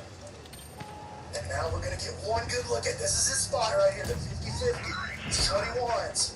Not a ton of time left on the Not a clock. lot of time. But man, he moves so quickly. We know that once he has a submission, he just cranks on it. So much can happen here in this last 10 seconds. They are really digging for each other's legs right now with 5 seconds left on the clock. Oh my goodness. 10 minutes left. right through their armor.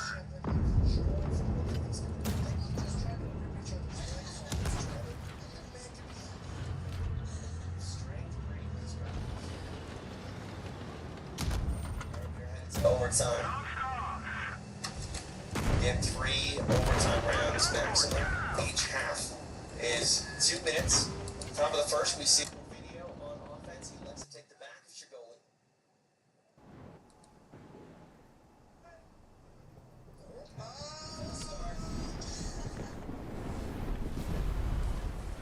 There we go. Now underway. Shigoli was able to earn his way. Shigoli spinning, rotating, good back control though by Porfirio. Oh, beautiful back control by Fabio. He just followed that. He just followed him. He said, you want to go? Cool, I'll go too. Mentioning Shigoli won that 10 PQ in his last match via overtime, and it came down to escape time, and it was just seconds that separated him from coming or not coming here to El Paso. And now we got Porfirio trying to put the pressure here on the 16-year-old Shigoli. Yeah, Porfirio really just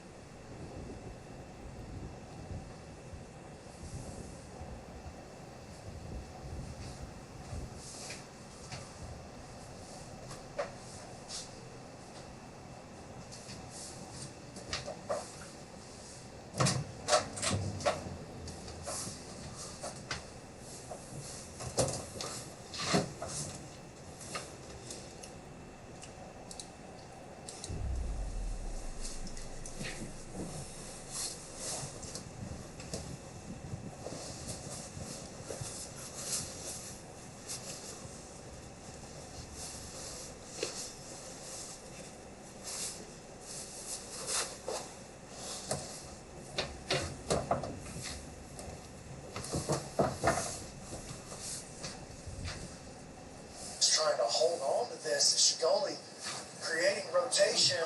Man, Andre is following him. And I love, I'm always and he's Nicely done. excellent Shigoli job. able to get free of that back ride. Wonderful video. So now we're heading to the bottom of the first overtime. We'll see Shigoli go on offense. And he's going to take the back here of Porfidio. Man, Andre looking a little confident about it, as he should. He should. It's a pretty decent ride time right there. He's a good black belt. He's very experienced.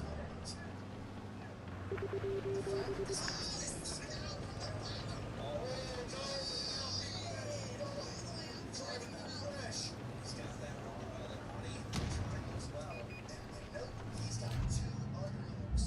So he's not looking for himself. He's looking to create ride time. Video trying to roll free. Closer and closer to the edge of the mat. They're trying to peel that leg away. Video. Oh, He's out of there. Nicely done by Andre Porfidio. Whoa, oh my goodness, is Pat still on the arm? Okay. All right, so we are headed to the second overtime now. So, a little bit of a conversation there, but he was clearly out of the position. I think Pat just trying to game the system a little bit. Do what he can, stay in. 16-year-olds are crazy. We can't move. Penetration. Top of the second. Cock's up. Let's go. Shigoli going for the roll, trying to create that. We've hit them hard. So coming alive for that quick escape by Pat Shigoli. Enemy is hit. I just saw a look on Porfirio's face that looked like pressure. We nailed him bad. That was a very quick escape. Yeah, very quick. It's now bottom of the second. They're hit. We fixed the track. Let's roll. Sail up. This vehicle is headed. This is where the referee's job is very important here. Master Vic doing everything he can to make sure that this is a fair start here. Here we go underway. Porfirio immediately trying to move, but again, Shigoli trying to lock it down. He's out! He's gonna clear the arm! And he's down the down the whole plata. He's got to free that elbow on in. He's not official. Wow! Yeah, there you go, dude! That's so fun! Porfirio was able to get free, but he had to get free of like 5 different things. You really did, though. You really did. Only 4 seconds separates these 2 guys as we head into the 3rd round. Every second counts, and as I mentioned, Pat Shigoli, he won that 10 PQ by just a few seconds in overtime. Top of the 3rd underway. Porfirio on the back here. Shigoli, and Shigoli trying to make that move, trying to make that run. Porfirio going for the ride, keeping it going. Much better ride that time by Porfirio. Able to stop that initial explosion from Shigoli and that initial rotation. He's starting to lose that hook, though. Here's the turn! There it is, nicely done. That's 18 seconds. So much is on the line as we are headed into this bottom of the 3rd. Shigoli will go back on offense. This is one of the most exciting feelings and moments in combat sports, and it's Brazilian Jiu-Jitsu. It's EVI 20, and a spot on the line here in the semifinals. Let's go, Brandon! Oh, switch it into a triangle! Losing the arm! Let's go to the next round! Able to get free, and he's up.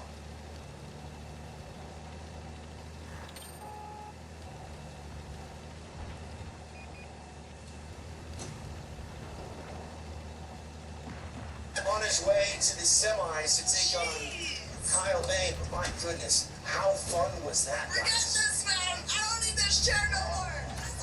Let's go! Enemy armor is damaged.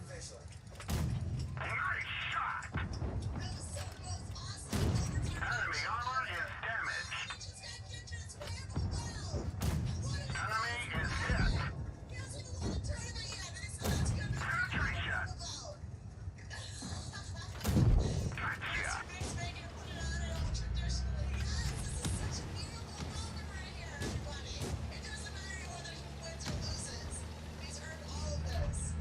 gentlemen, let's make this one official. Your winner by fastest escape time by 16 seconds on his way to the semifinals. It is Andre Porfidio.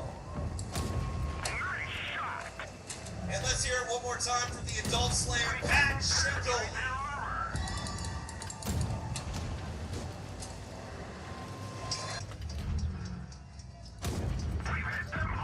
This is so awesome. Everybody wins here. The victory goes to Andre Porfidio, but such a great win in so many ways for the young 16-year-old.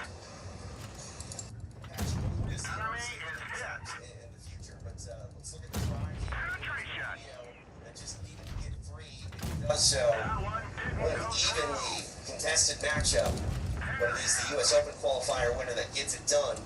He's on his way to meet Kyle Bain here in our semifinals. What a match. What a night it's shaping up to be. Andre Porfidio gets his hand raised. We see him later tonight. Live on UFC Fight Pass. This is EBI 20, The Absolutes.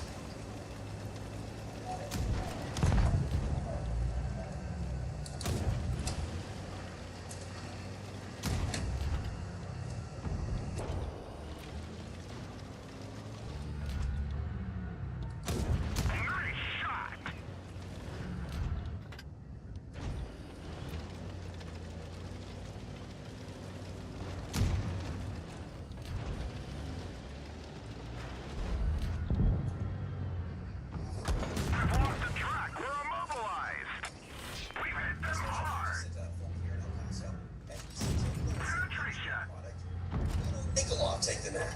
He is set to take on our opponent, and we're going to announce right now, live on UFC Fight Pass. This is EVERYDAYSTREAM.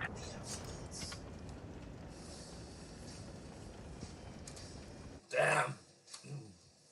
Ladies and gentlemen, it is time for a special matchup here at EVERYDAYSTREAM 20. Representing gentlemen, it is Nicola.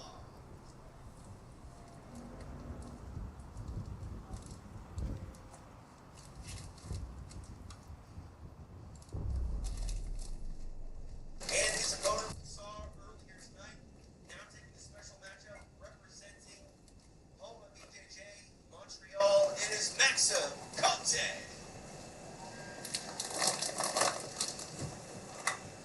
Your referee for the special match is Master Vic, Victor Dobbin. Ooh, I love that we get to see Kote back out there again. Cote back, he takes on Tibor Nikolov. I feel like he did such a great job in his first round out here, so it was very exciting. Fyodor showing that. Ooh. He kind of teased us like he was going to go for that scissor leg takedown. Which is probably the only illegal move in EBI. Half butterfly here now. We're going to need shield.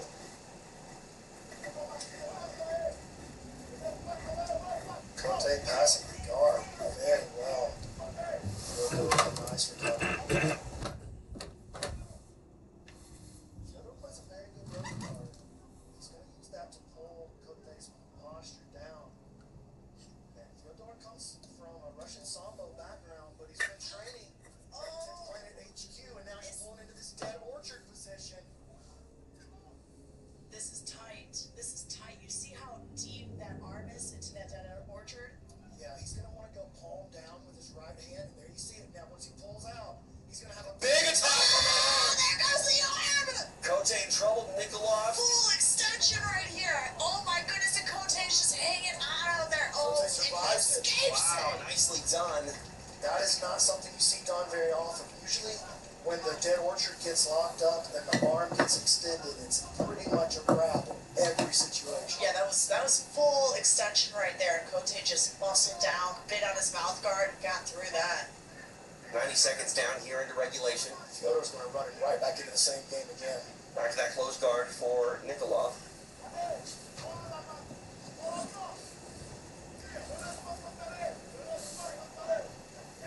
Trying to bring that posture down to Kote's Nikolov, and Kote sitting back to try to open up the guard.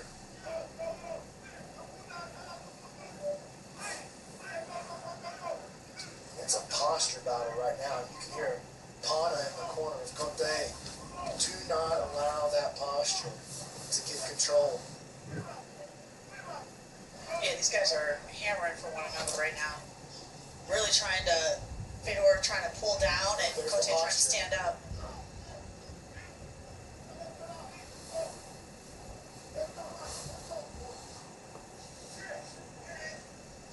2.5 minutes down in regulation. That guard coming up a little bit higher. Cote able to posture up again.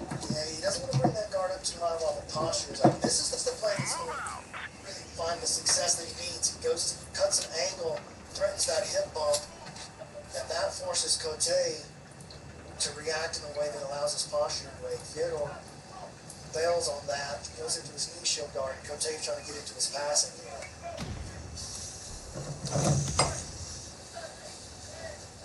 Cote being very aggressive and trying to move forward and get past this guard. He does not want to get skin orchard. I've been really impressed by Cote's grappling so far. The first match didn't go his way, but he made a good account of himself during that match. And now he's showing off Oh my excellent gosh, he's survival. almost past that guard. Excellent survival in that dead orchard, and now good, steady, consistent guard passing as he tries to push through the guard to the back guard.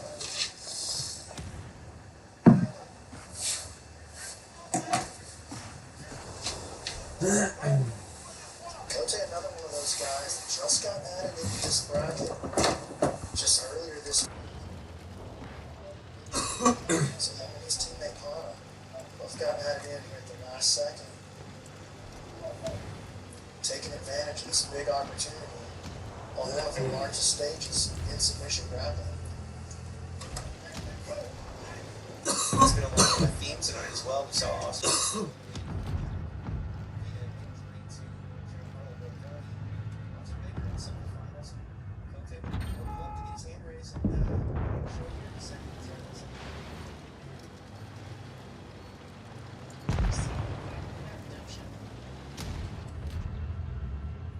I mean, he has been Enemy is hit.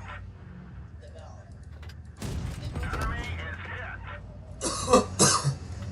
And that aggression of Nikolov is primarily been on bottom. He's been in that. Penetration. 16 players, 8 countries, 5 languages. The University of Arizona's basketball team is united by something bigger. Together, we're more than a team. We're a community. The University of Arizona, wonder unites us.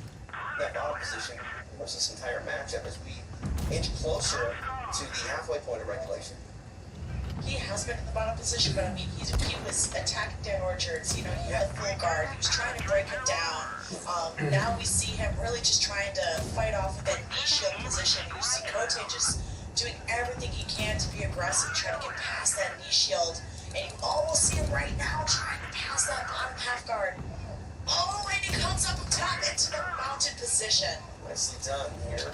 But trying to push him back down is Nikolov. Trying to get his legs involved in the situation. He wants to get his knees back on the inside. Cote doing a good job basically mounting the legs. Uses that to sort of stall out the position until he can climb back higher. Fedor trying to sneak out. Try this kipping escape. Enemy is hit. He's just going classic old British knee, the elbow escape. Man, Higher this tier is tank back destroyed. He's got control of the posture for a split second. Nicely done by That's Fedor Nikolov to get back that guard.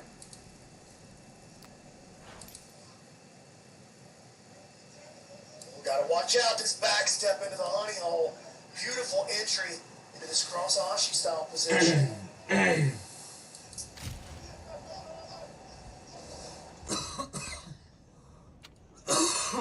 Bravo telling him 100%, go 100% after this leg.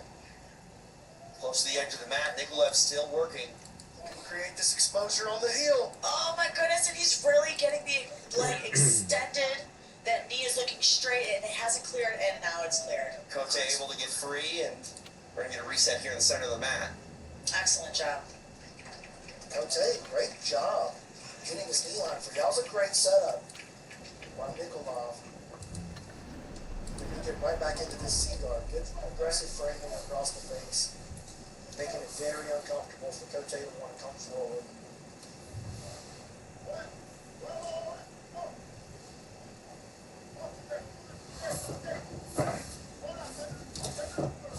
Just about 7 minutes have elapsed here in regulation. TJ DeSantis, Vanessa Demopoulos, Brandon McCaffrey.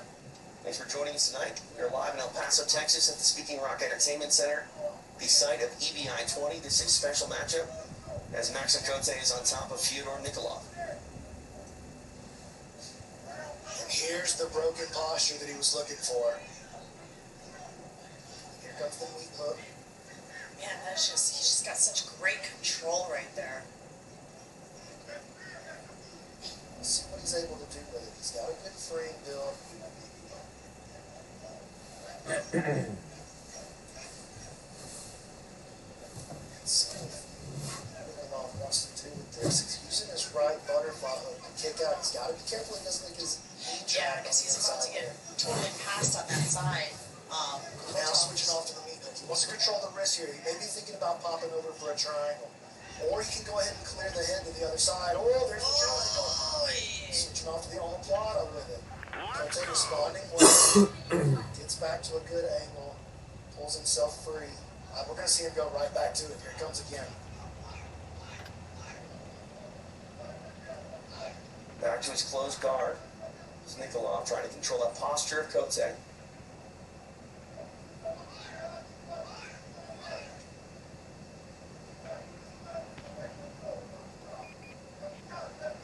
Eddie screaming at Nikolov in the corner. Fire, fire, fire.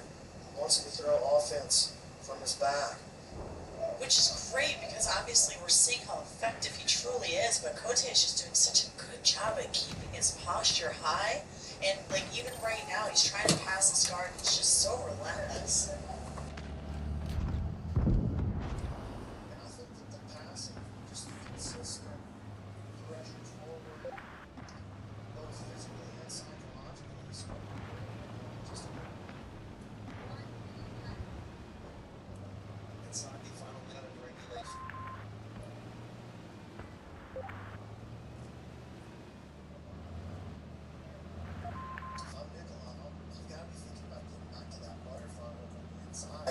Trying to get back into that cross-osher position. That was a great attack sequence that he had. Cote showing that he's not going to just off. He felt that rubber guard. He felt that dead orchard one time. He's not interested in going back in there again.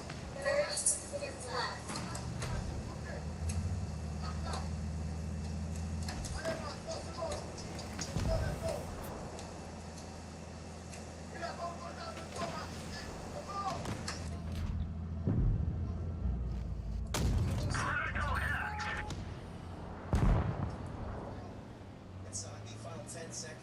Regulation. Looks like we are headed to overtime in this special matchup. But an exciting special matchup with him amongst the regulation. 100%. It's been a phenomenal night of action from top to bottom. We haven't even got to our semifinals yet. So now we will see the coin flip and the first overtime is on offense. Professor Vic is sorting that out.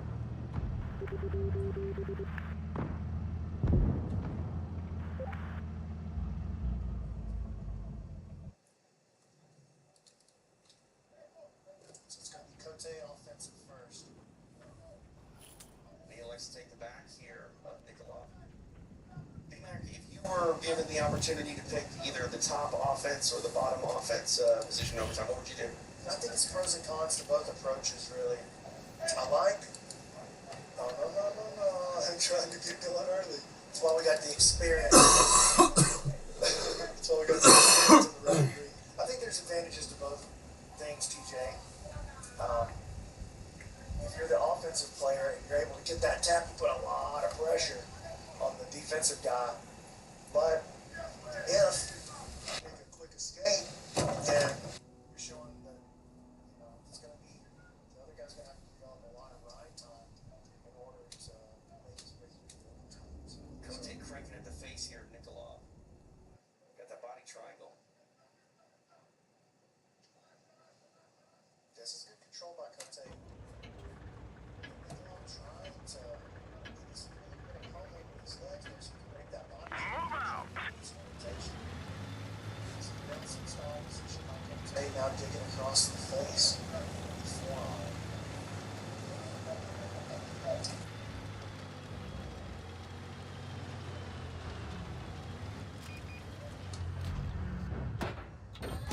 Enemy armor is damaged. Halfway through the first opens out here. And each has He's gone. Find us another target. That's gotta hurt. that control tower. Yeah, excellent control so far. It's in that body triangle and the connection of the chest to Fjor's back. And look at him trying to get a crank here.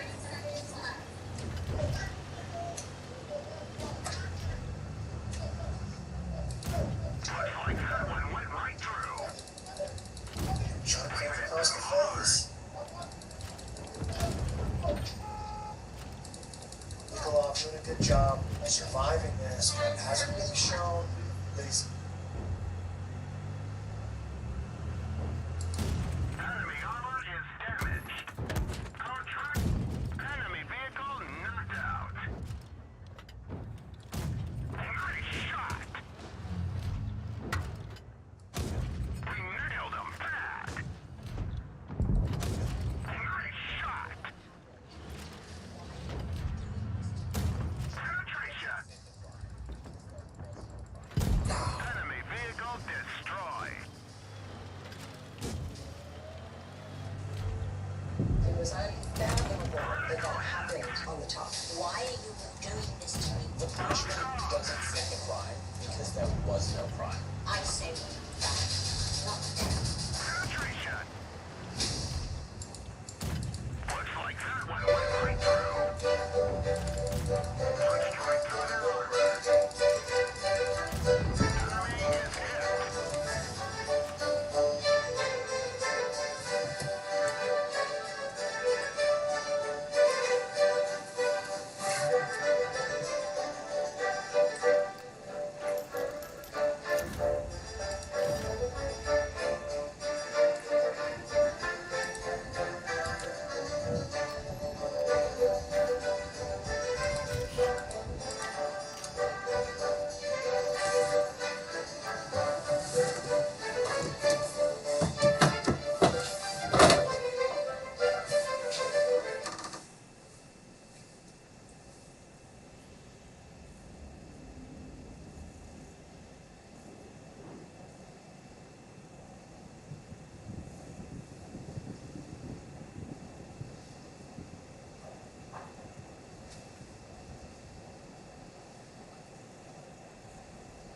Gotta have an escape answer. Right.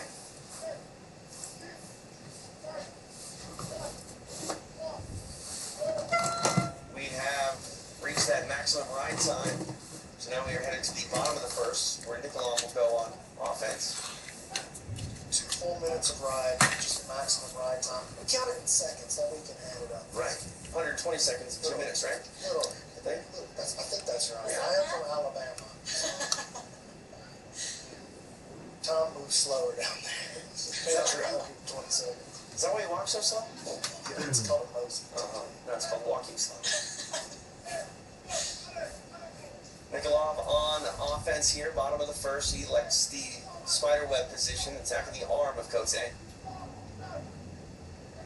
if he gets the sub, it's not going to matter.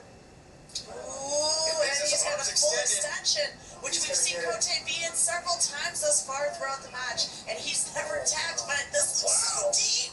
Cote Oh my gritting through God. and trying to maybe readjust his fedor.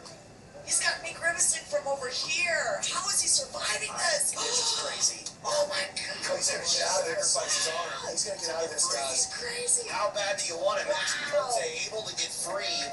Is his arm compromised? Yeah. Does he have any ligaments left?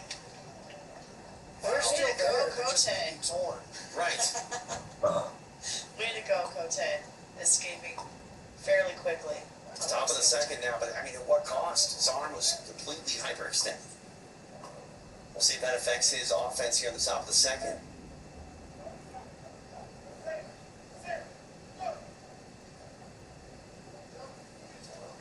So Cote able to escape the position in 39 seconds after he had 120 seconds of his own ride time.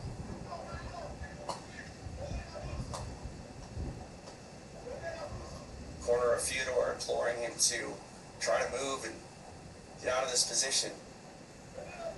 Already severely behind when it comes to that escape time. Covering that mouth, cooking him a little bit. Slow cooker. Yeah. He takes it with the arm now, was Cote. Excellent transition. So if they go straight into a submission attack, they can continue with the overtime, even if the position starts off with the back. That's right. You can't switch back to the legs, though. That's the only thing you're not allowed to do. They said there's enough leg locking going on in regulation. We don't need to see that in overtime. Right. Fedor now stacking up. He's going to try to shake his arm out of this position, it looks like. Going to have to be careful, though. In order to pull your arm out, you have to let go of the grip, and it has to straighten. Oh, and there it is. Nicely done. So now we are headed to the bottom of the second. Nikolov was able to extend that arm of Cote in the first overtime, but now he elects to take the back.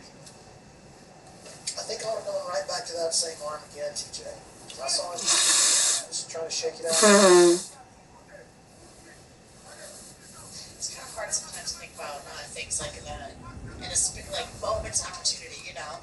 You got 1 second to try to pick a position. That's where tactics are so important. That's In order to get overtime. Think about switching to a twister, maybe? Okay, he changes. Still trying to keep it going, but now he rolls into that guard. So we are headed to the third overtime, and again, Cote up big when it comes to that control time. Third and final overtime here. Cote gonna take the back once again of Nikolov.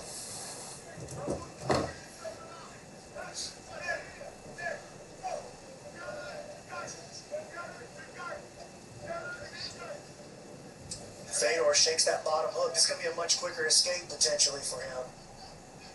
He's got the position once. He needs to spin back and face him and pull his elbow back to the inside now. Coach trying to frame up that arm triangle. There it is. So Fedor got out faster every time. But I don't think he's going to be able to win this thing on ride time. So we're going to have to Nikolov see. has to have the finish. Nikolov again elects to take the back of Cote in this bottom of the third.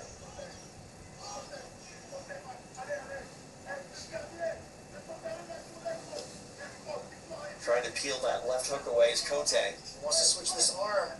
He's got to be careful with this switch, though. He's not controlling the rotation of the hips. Almost free here is Cote. Fedor Could be. trying to stick with it. Can we see neck crack here? No? Mount? Switch Is that the position being done?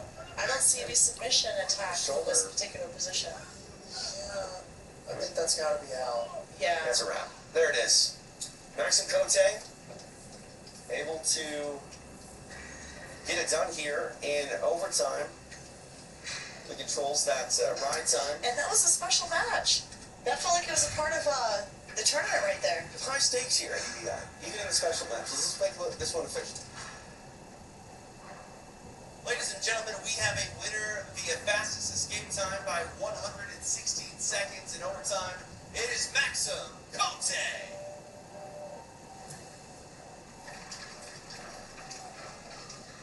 Solid bit of work there turned in by Maxim Cote. It's a win via ride time and overtime. What a night it has been here in El Paso. EVI 20, the Absolutes. Just about to head to our semifinal rounds. Take a look at the bracket here. Nick Rodriguez will take on Austin Baker. Austin Baker was originally eliminated by Giancarlo Bojoni. Bojoni forced a withdrawal due to injury.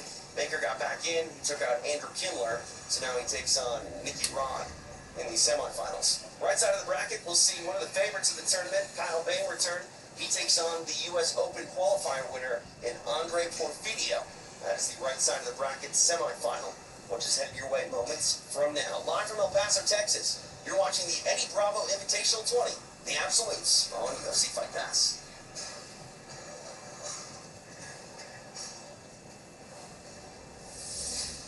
The Eddie Bravo Invitational is brought to you by UFC Fight Pass. Bud Light, brewed in Texas. Represent. It's your life. Represent accordingly. Master Vic Productions, the new era in combat sports and entertainment. 10th Planet Jiu-Jitsu, no gi all day. Over 100 locations worldwide. Visit them at 10thplanetjj.com. The all-new podcast, Look Into It with Eddie Bravo. Right Drive, the only way to drive. Master Vic Podcast TV, creating content inside of content. And the official location for EVI, the Speaking Rock Entertainment Center, located in beautiful El Paso, Texas.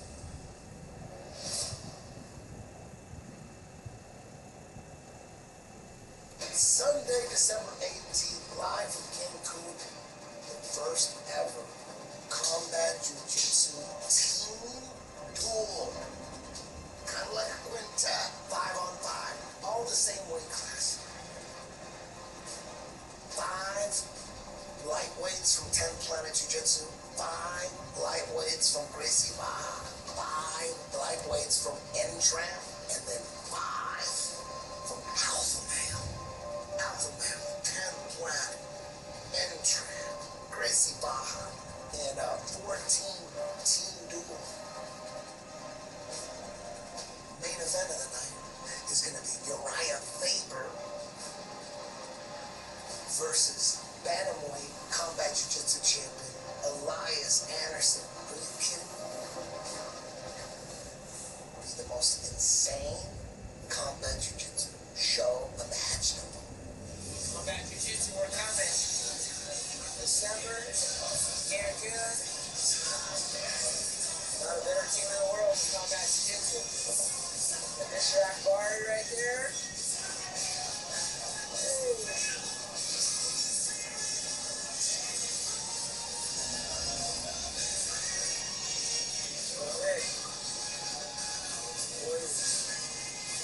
Got our team coming to get that 50K, baby. He's the Bantamweight Combat Jiu-Jitsu champion against Uriah Faber, the UFC Hall of Famer legend. That's coming Sunday, December 18th.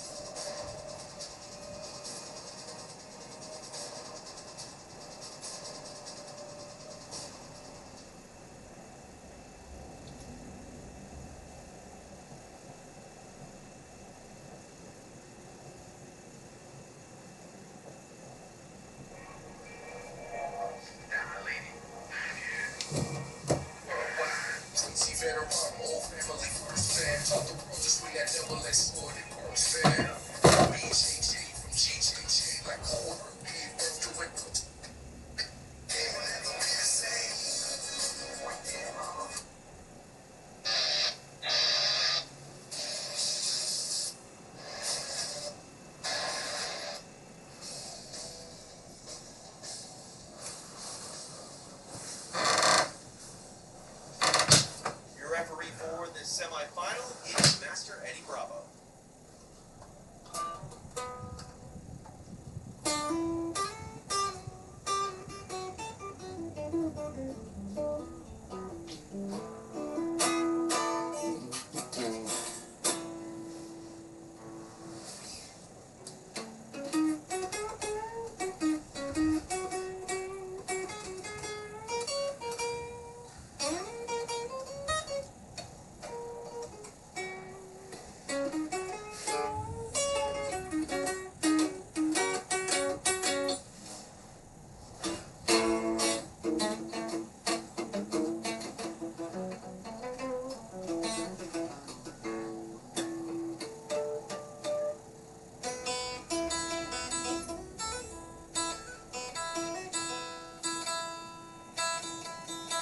Yeah, well, he's so good at that. You know, he uses his guard. I'll try to explain to my students Hey. all the time. Hey, takes out the camera guy, takes out the referee. Eddie, rolling across the mat. It is pandemonium here in El Paso, my goodness.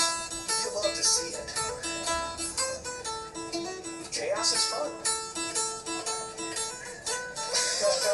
That's awesome. All is well that ends well. Hey, how about that camera guy not miss a beat either? Didn't drop anything. I mean, it's combat sports. You never know what you're in store for. And he felt a little bit of combat. Eddie Bravo's fine, ladies and gentlemen. Forward. Back underway here. Reset in the center of the mat. Rodriguez standing over Austin Baker. Again, Baker back in the tournament after Great footwork by Nicky Rod. after an injury to Giancarlo Bottoni now. Baker finds himself underneath Nicky Rodriguez. Lifting that chin up. Looking to expose the back, and he's going to pop around the other side. Baker keeping the hook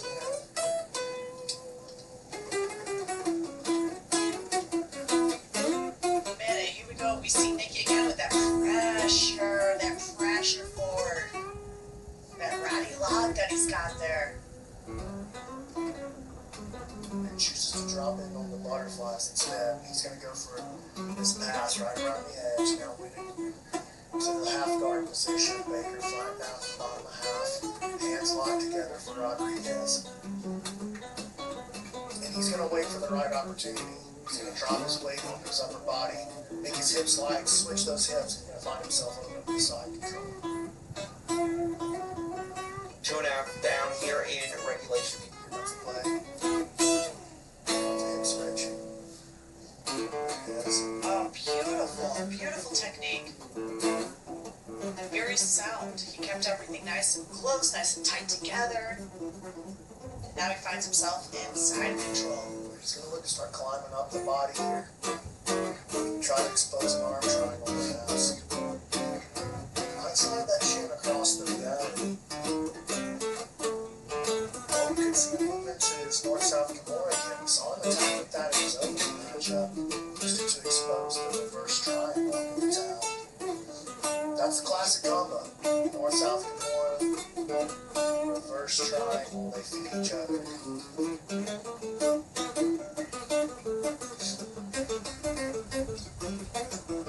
Yeah, he's definitely thinking about his Kimura here. You can see it by the way that he's working the elbow position here. Baker, very aware that he's keeping his hand on the other side of Nicky's head. Nicky bails on that initial attempt. Now he'll try to go now. He'll try to expose the central arm triangle. This is going to be very hard to stop now. Yeah, Nicky is just being so patient here. You don't see him trying to rush any position. You don't see him trying to rush a submission. He's just really hammering in, just keeping that pressure forward. You know, Nicky moves fast. He moves with a lot of explosion and athleticism, but he is known as a patient player. He does take his time. He doesn't rush, make big mistakes. Baker keeping his hand on the shoulder. That's stopping the arm from getting fully exposed. Now when the hand comes off the shoulder, now you see Nicky able to walk that elbow over just a little farther. Austin pulling back down. Good work there by Austin. Creates a bump to try to get Nicky off of him. But that's going to be the thing that creates an extra level of exposure.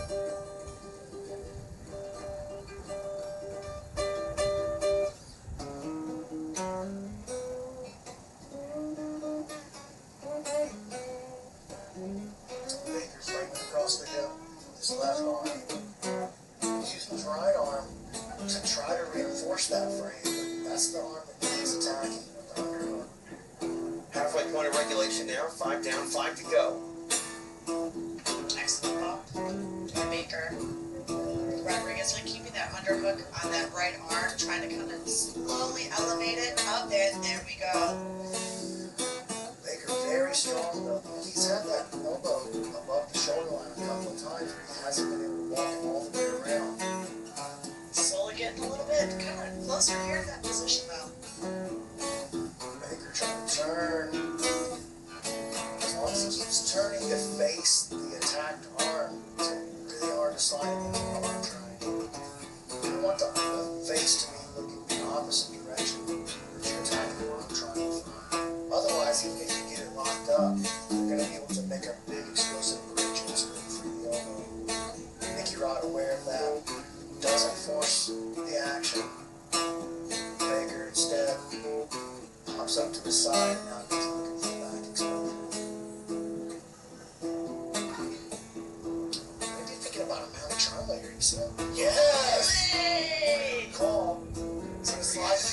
instead. They're trying to switch to this arm bar. Wow, okay, now he's just gotta get, and he's going for the inverted triangle choke, just as he did into the first round.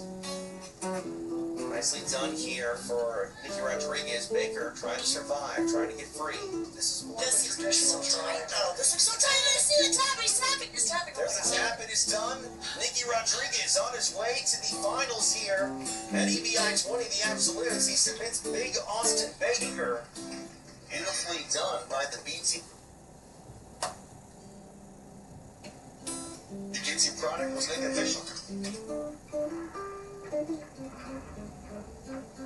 Ladies and gentlemen, we have a winner via triangle at 6 minutes and 31 seconds into regulation. Now, on his way to the championship bout, it is Nick Rodriguez.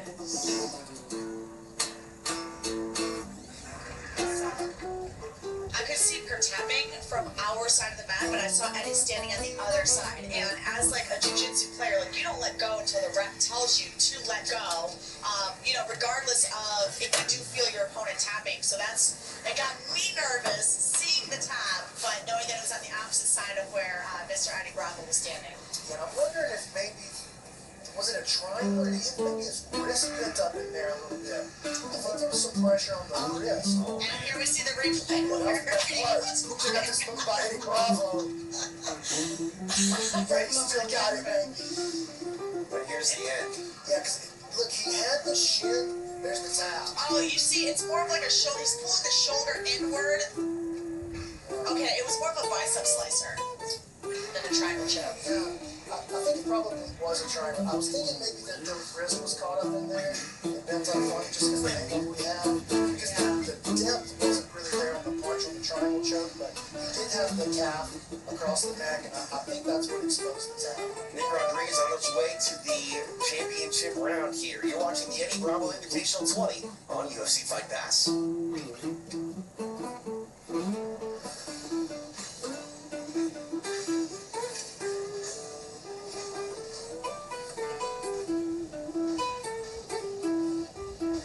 Ladies and gentlemen, it is time for our second semifinal of the evening here in El Paso. Please welcome back to the mat representing 10th Planet Oceanside. It is Kyle Bay.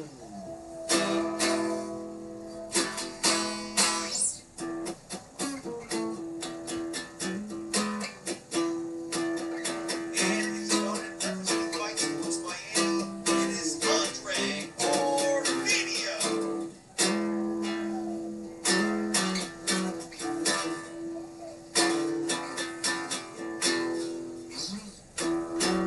We're refereeing for the semifinals, Master Victor Davila. Second semifinal here. Both Kyle Let's get to each other. Andre Ormedio, take a seat. It should be an interesting leg lock. These guys are very good leg lockers. As we've seen Kyle do some serious damage here already. Couple of inside heel hooks. Oh, here's the ankle lock. He's got a really mean ankle.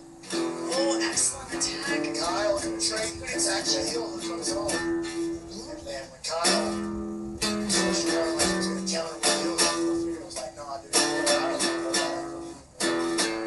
No, Kyle Bay. Get you back in the Kyle. Pulling him in, though. He's getting bad. Reaching with the cross grip. And now straight ankle. Look up his own for Kyle. Just switching to a heel hook back to a straight ankle for Kyle Bain. Ormedio does a good job. Clears that foot off here.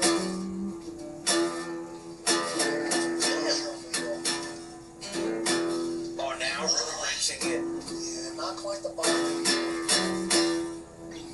Having that arm to the inside of the knee right there, almost looking to go into a calf-sized position at first is what we're looking to try to sneak himself into.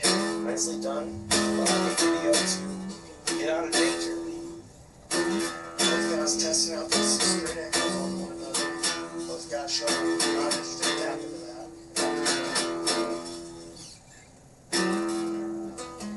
Ormedio dragging it back in and again, pulling straight ankles. Kyle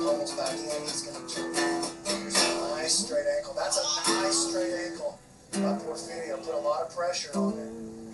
Bails out, and now Kyle has side heel. Porfirio rotates around. Good counter work so far from Porfirio. It's a leg lock battle here. Yeah, this is a real shootout.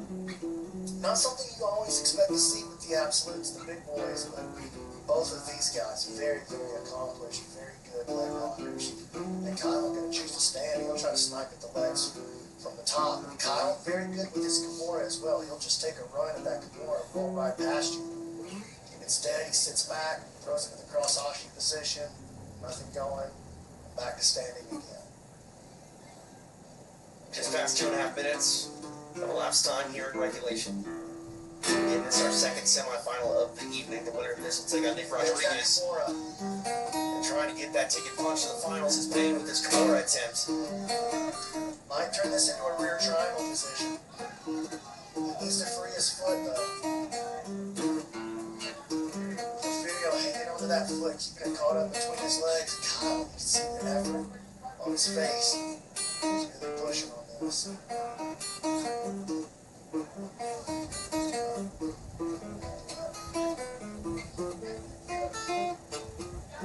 We're trying to peel the hands away as Bane.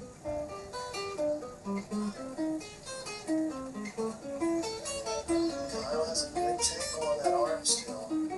If he can free that right leg, he's going to move right into this rear triangle. It's going to be a serious position. Porfirio in a lot of danger here. Kyle very patient right now. He knows that he's got really good bite, and he's just being very, very patient. Andre giving some very good defense in this position right now. You see how he's grasping his arm, trying to pull his arm over. There's the leg coming out. Moves off into the body triangle now.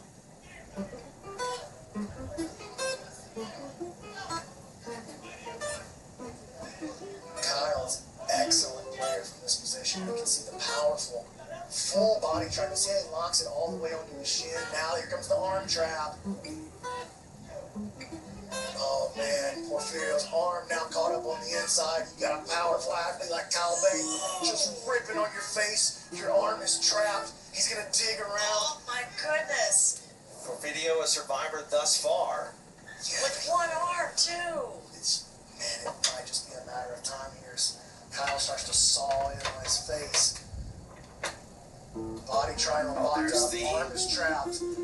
Short choke. Once he punches that hand out of there, it's going to be game on. Porfirio in deep trouble here. Kyle Bane trying to Slowly put working his his on. arm behind the head, properly pushing that neck forward into his forearm. Oh, it's right on the jawline too. That's got to be painful. Video. Oh my goodness, you can see it. Trying That's to so feel the much hand, pressure. trying to make something happen. Ooh, he's hanging on. Oh my That's goodness. it. There we go. Kyle Bane on his way to the finals where he will meet Nick Rodriguez. The 10 Planet product getting it done. Beautiful work. Turned in as he gets a submission of Andre Porfirio. We will make this one official. Ladies and gentlemen, we have a winner at 5 minutes and 16 seconds into regulation. On his way to the tournament finale, it is Kyle Bane.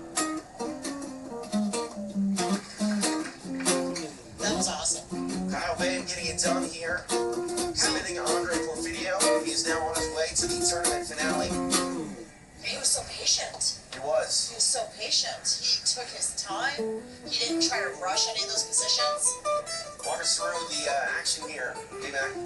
Well, it's just a matter of time. With that arm trapped, body triangle locked around, Kyle just slowly had that anaconda death squeeze. Porfirio devastated, but Kyle Bane stays undefeated in EVI rules and moves into the final. And we've got Kyle Bane, Nicky Rod for the final. Are you kidding me? It's gonna be a wild one. Unbelievable stuff shaping up here at EVI 20. The Absolutes, as you mentioned, the tournament finale, and featured Nicky Rodriguez and Kyle Bane. What a night it has been here in El Paso.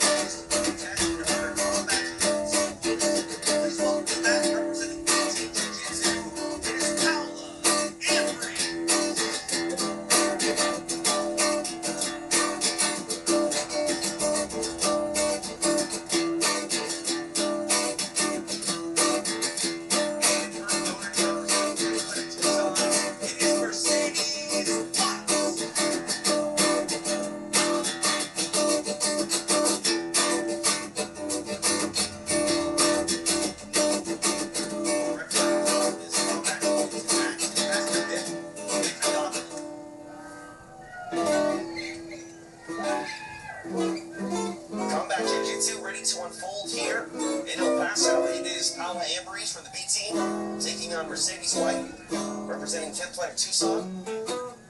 We saw Paula Ambrose really impress just about a month ago here in Speaking Rock when she got a win in devastating fashion in combat jiu-jitsu. One of the coolest highlights you're ever going to see. She lined up that triangle and just delivered punishment. Like, I think it was Vicious that she was against. The girl's name was Vicious. Yeah, we're vicious. Yeah. The ending was vicious as well. It was. And then going the other way. She's got her hands full with Mercedes. Mercedes is a spunky lady. She is not here to mess around. So once it hits the ground, I expect to see her looking to deliver punishment if she has opportunity. And again, this is a combat jiu-jitsu rules match, so once this fight hits the floor, palm strikes will be allowed. Mercedes chooses to pull guard. Let's see some slapping. Oh, shit! Here we go, Paulo. Going in on a leg entanglement, and Mercedes trying to reach one for her own. Oh, hey! Really First close slap to of the the edge night. mat here. Working the body here is White. Yeah, really throwing not super powerful strikes, but definitely aggressive. Trying to get a grip on that leg here is Ambrose, really running out of space to work.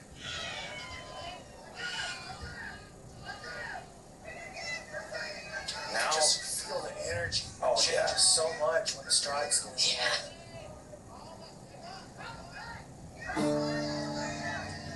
Paula not trying to stand up, but keeping the body lock as she. slowly but surely, getting into a better position is Ambrose. She's so close to the edge of the mat here. She's throwing hard strikes to the body.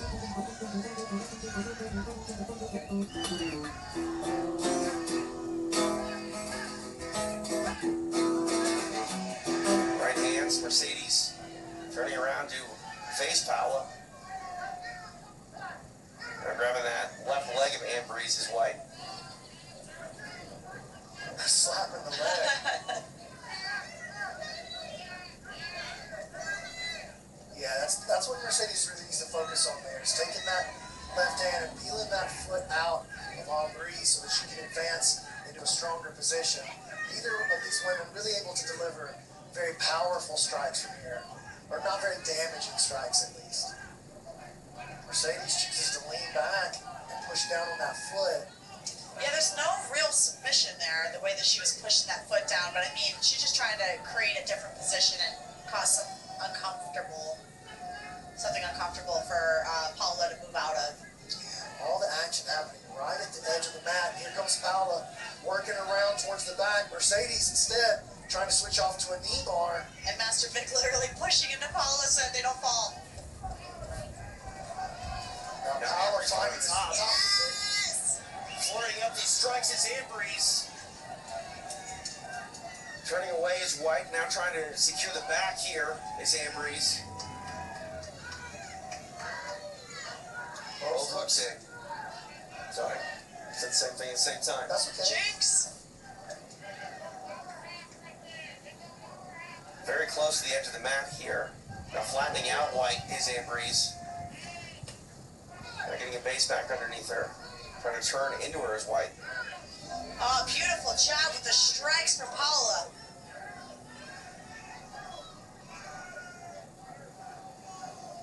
And the rain starts to fall here in El Paso. I mean, EVI 20's really had it all, hasn't it? And now it looks like Master Vic is going to take this opportunity to reset them back to the middle. Studying the position. He wants to replicate it exactly. As they get back for the reset, he's as excited as anybody. Oh, Let's go. That's what makes, Vic and Eddie so great at being promoters. They're the biggest fans of all of this. 5.5 minutes left here in regulation. Paula finds herself in this full mount, looking to expose the arm of Mercedes. Mercedes now turning, showing her back. But she might end up, she's got to be careful with her arm right here. She's getting it stretched out. But it looks like she's going to get the elbow line free and come back out on the top position. Now Mercedes driving in pressure, and she's going to end up back in the mount and taking the back herself. Nicely done by the 10th Planet product. Mercedes White here in control on top of Paula Ambrose in that corner guard. Big reversal of fortune there for Mercedes. She made it happen. Just unwilling to go out while she was mounted. Now looking to expose an arm triangle.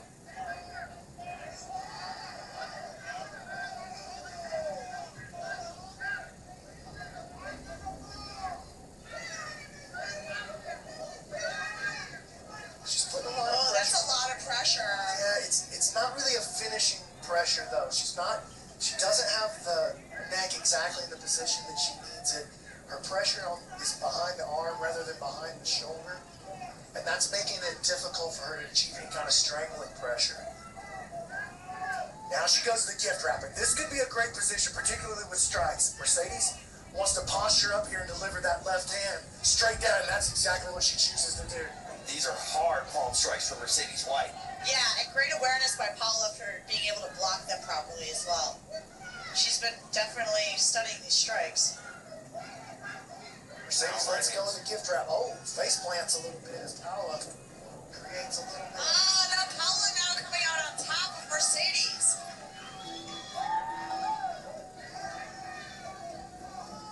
It's getting wild out here, man. Mercedes looking to lace this leg through. Could she be thinking about a tangled arm lock here? Or is she thinking about getting back to her guard? Gift wrap is still there. Ooh, this could be a good triangle opportunity for Mercedes. She's got the arm across. She's got control. Paula's going to get her arm free, I think. 7 minutes have passed here in regulation, 3 to go. This one's been action-packed. Yeah, Mercedes kind of having a, almost like a modified position here. I've never seen somebody grab the inside of their leg in that fashion to try to get into a high guard. Yeah, she looks like she's trying to play a little bit of like a Shawn Williams style guard. Okay. London position, but she needs to get her right arm around to the other side of the head in order to do that. There, this is more of a Shawn Williams style play here. Okay.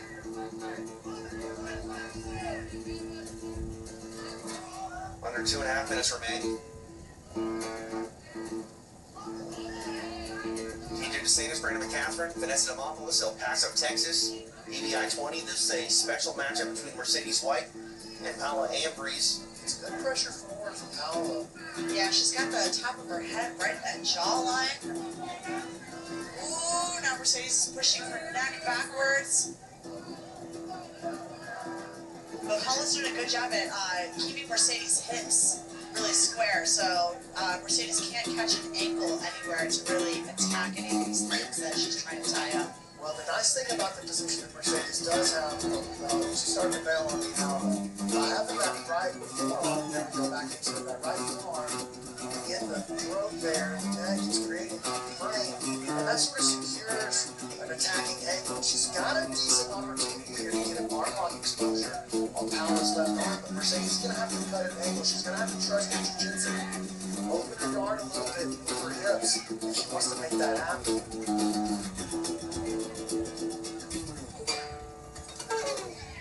Now she wants to use this position to strike.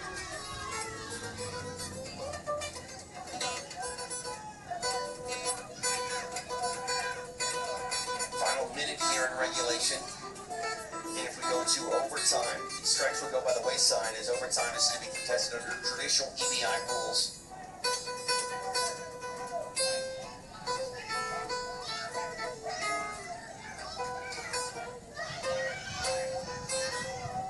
Up here is Ambrose now trying to extend that arm. The elbow is not really in position. No, it's not, and Mercedes doesn't have her hips out to the correct side to be able to truly finish this armbar. But man, it is not comfortable. It is not comfortable. Paula really is stuck. Mercedes really just needs to open her guard and cut the angle a little bit. Or she needs to turn the attack onto Paula's right arm. She's got to get that elbow across the center line. There you Paula, press her shoulders back through. Paula starting to shimmy her way back into the inside. We have Mercedes looking at a wrist lock. on our side. It expires. We are headed to overtime. That's the madness, dude. Both of these women come up smiling.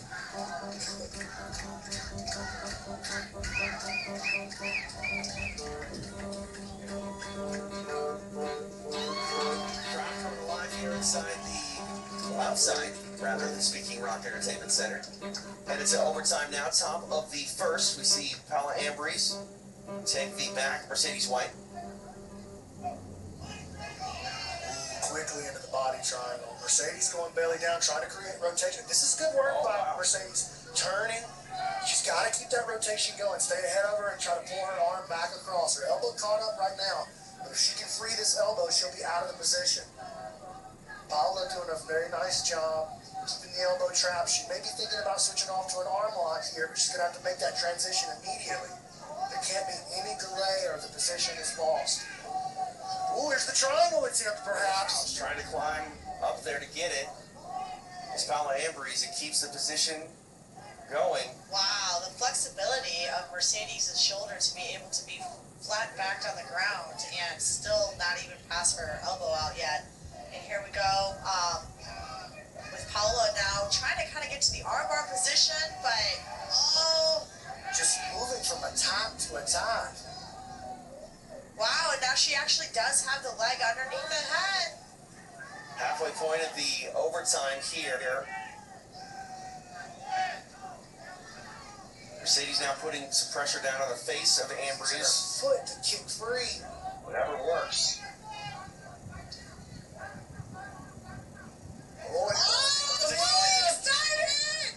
And she is hitting down, and we got the tap. She got the tap, wow, nicely done. Paula Ambrose gets a submission at the top of the first, and now Mercedes White has some work to do here in the bottom half. She's going to have to get a submission. 82 seconds is all she has to work to try to get a submission and a victory. Mercedes White elects to take the spiderweb position on Paula Ambrose. That's quite a lot of time to work. I mean, it's not like she's got to make this happen immediately. She's got a little bit of time here, almost a minute and a half.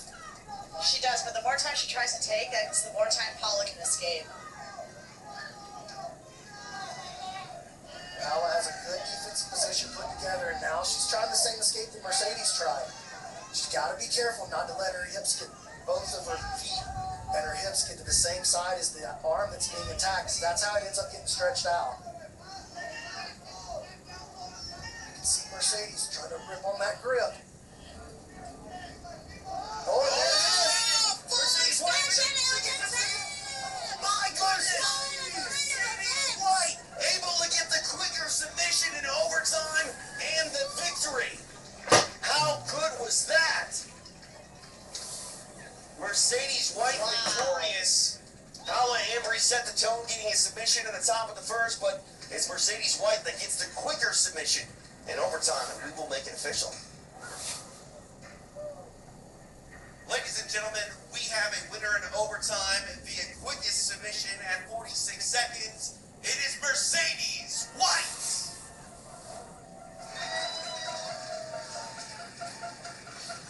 And we called a lot of EBI and CJJ rules matchups, BMAC, and it's not often we get a quicker submission. A lot of times we'll see a submission at the top of the first or top of the half of the overtime, and you know, it's rare that we see someone come back and get a submission of their own quicker, but man, high drama and nicely done here by Mercedes White. That was a lot. Look at all the pressure that Paula was able to create on that arm.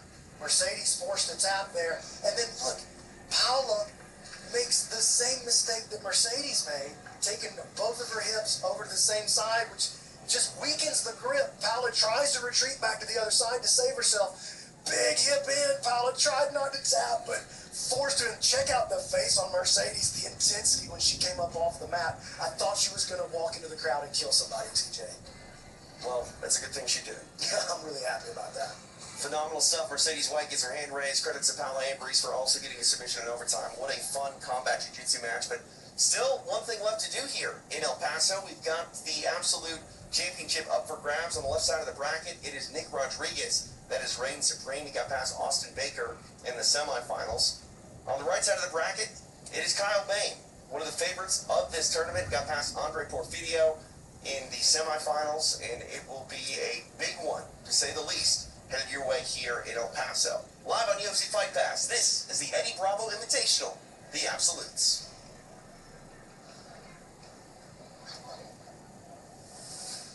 The Eddie Bravo Invitational is brought to you by UFC Fight Pass, Bud Light, brewed in Texas. Represent. It's your life. Represent accordingly. Master Vic Productions, the new era in combat sports and entertainment. 10th Planet Jiu-Jitsu, no gi all day. Over 100 locations worldwide. Visit them at 10thplanetjj.com. The all-new podcast, Look Into It with Eddie Bravo.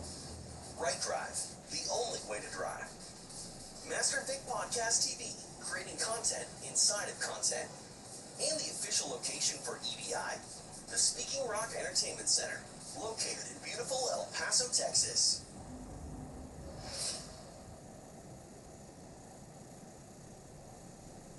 Sunday, December 18th, live from Cancun, the first ever combat jiu-jitsu team duel. Kind of like a quintet, 5-on-5, all the same weight class.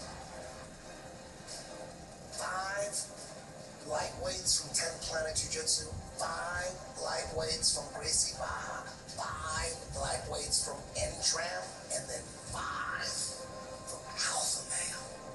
Alpha Male, 10th Planet, N-Tram, Gracie Baja, and a 14-team duel. Main event of the night is going to be Uriah Faber versus bantamweight combat jiu-jitsu champion Elias Anderson. Are you kidding me? Be the most insane combat jiu-jitsu show imaginable. Combat Jiu-Jitsu, we're coming. December, Cancun. Not a better team in the world for combat Jiu-Jitsu. This track Barry right there. Hey.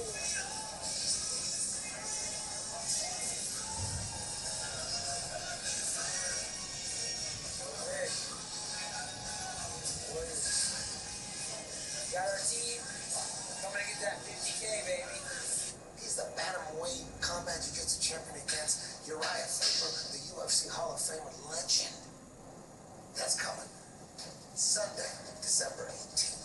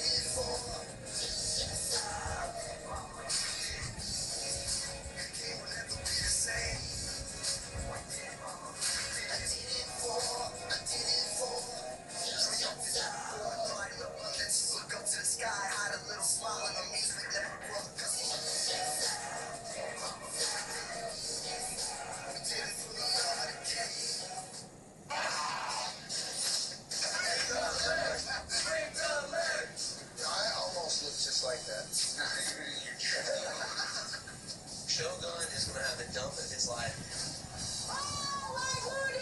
She's like, pet my ear. I'm G.I. Jane.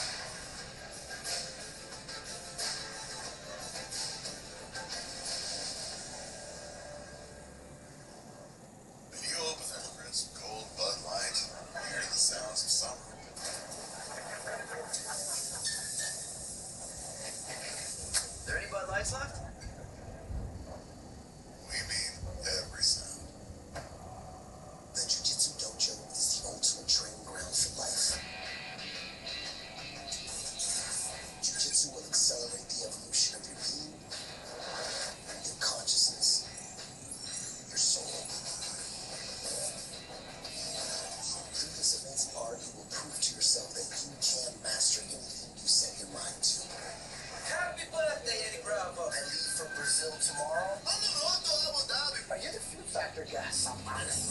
I'm like 6 pounds over, time to sweat it out.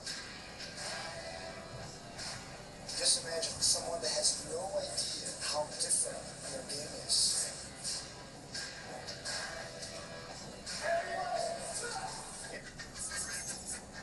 I'll tell you what this weekend was, man. It was a culmination point where all your hard work comes to like one great moment in time. You showed that you're a fucking champion, guy who goes against convention. You created your own shit and figured interesting ways to get around problems in jiu-jitsu.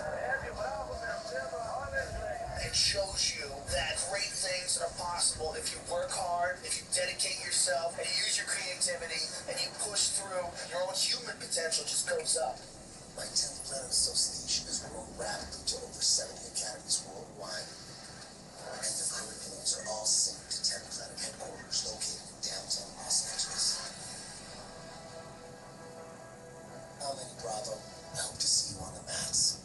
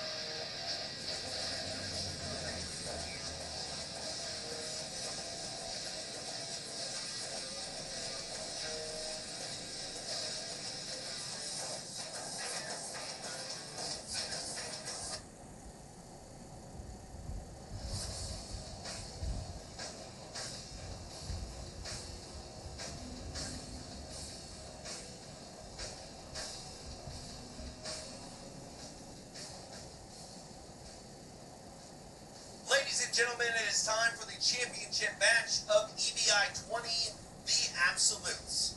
Please welcome back to the mat, representing B-Team Jiu-Jitsu, it is Nick Rodriguez.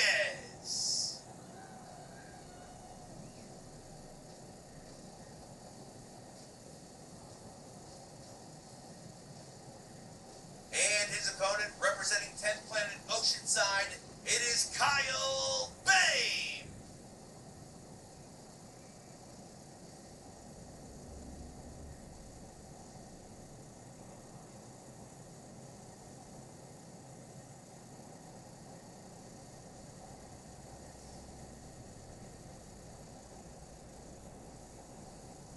Referee for this championship match is Master Victor Davila. Well, here we go, the finale of EVI 20. Nicky Rodriguez taking on Kyle Bain, TJ DeSantis, Vanessa DeMopoulos, Brandon McCatherine, live in El Paso, Texas at the Speaking Rock Entertainment Center. Rodriguez on top here in the butterfly guard of Kyle Bain. Using the ratty lock as he's starting to pass this guard of Kyle Bain here. Bain keeping himself very calm here, working with the butterfly guard.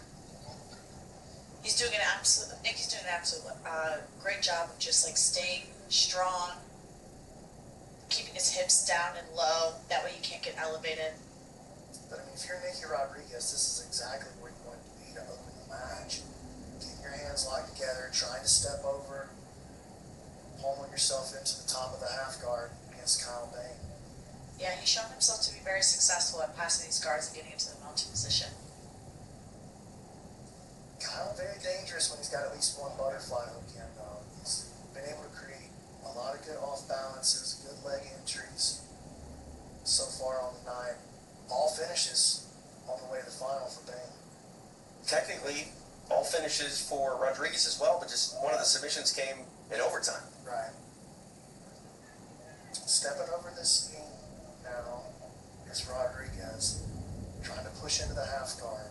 Kyle taking that right arm, digging into the underhook. nice work by Kyle to fend off one of the more formidable passes in the jiu-jitsu scene, that body lock pass of Nick Rodriguez. Nick now going to try to approach with a standing pass, throws the legs pass. Kyle inverts. Oh, that was beautiful, the way to flip the legs over to go into side control. And look at the way Nicky lifted Kyle to put his left arm under the back. Creates a lot more pressure.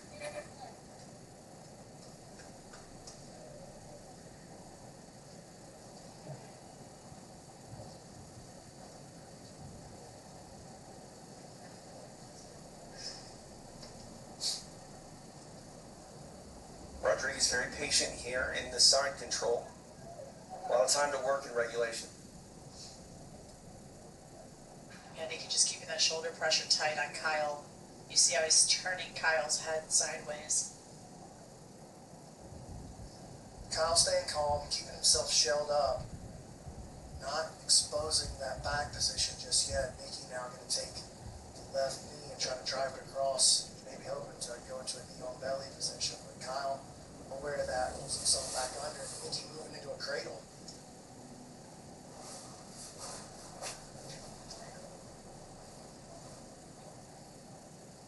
Both of these men showing a lot of patience right now. Incredibly high stakes here. EBI championship on the line.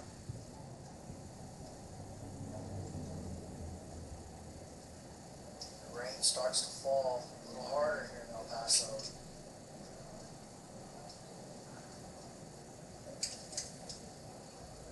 Kyle trying to kick himself free. You can hear Eddie Bravo in Kyle's corner telling him, do not let him have the gift wrap, Kyle.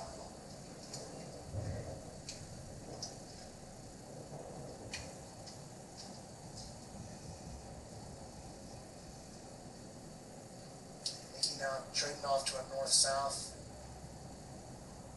And we saw earlier tonight in his first matchup, he used that north-south position to grab a Kimura and expose the reverse triangle at the tap. Really beautiful play that he made. Yeah, Nicky just staying very heavy, keeping top position, not really giving up any inches along the way as he's moving to the north-south.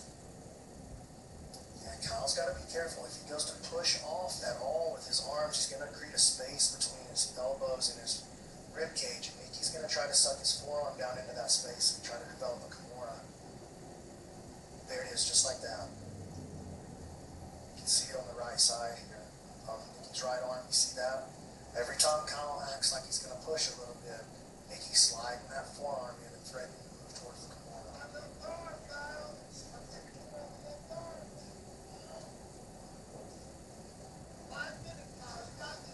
Approaching the halfway point of regulation. Again, TJ DeSantis, Vanessa Demopoulos, Brandon McCaffrey, live here in El Paso, Texas. This is our tournament finale of EBI 20, the Absolutes. Now knee on belly for Rodriguez. Moving into mount. All the way into the mount. Kyle turning, and I like that choice by Nicky right there. Let's bail on that and get back off to the side. He tries to move into a gift wrap here. He has a grip on the wrist. This is a very dangerous position for Kyle. Nicky looking to advance his offense.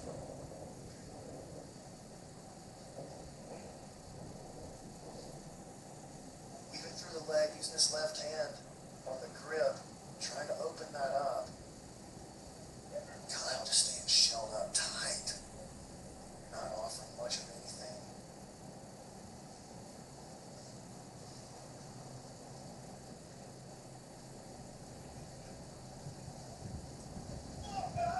Kyle getting his knee back in now, trying to retreat back to his guard, and he does. So a good offensive opportunity for Nicky Rod. But Kyle able to weather that storm. Just stay patient, stay calm, didn't expose much of anything.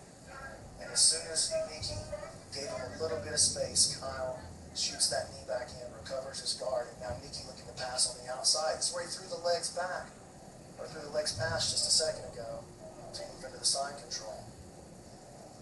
Kyle kicking those feet.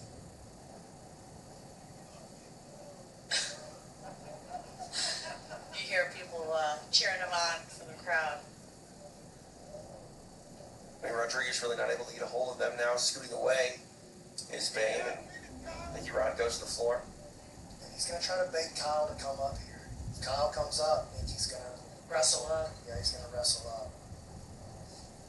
That's Nicky's best guard move. And I think that that's important to remember, that that really should be the first move that everybody learns from their guard. The first move from the guard is stand up. Get up. You don't have to stay down here on the bottom just because we're in some kind of fake agreement that Right.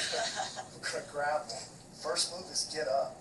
Hey man, don't tell my MMA opponents that, alright? Look at this, Nicky Rod threatening an ankle lock. Causes Kyle to kick, push a little bit. Oh, beautiful job by Nicky to again pass over to the back position and finding himself in top half. 2.5 minutes remain here in regulation. That's 2.5 minutes that both of these men want to try to search for submissions here. Now going north-south again, maybe, as Rodriguez likes to go back to knee on belly. And he wants to use that knee on belly pressure to try to expose something here. Now using that to crank the neck. Heavy with the knee. Opposing pressure by lifting up on the head.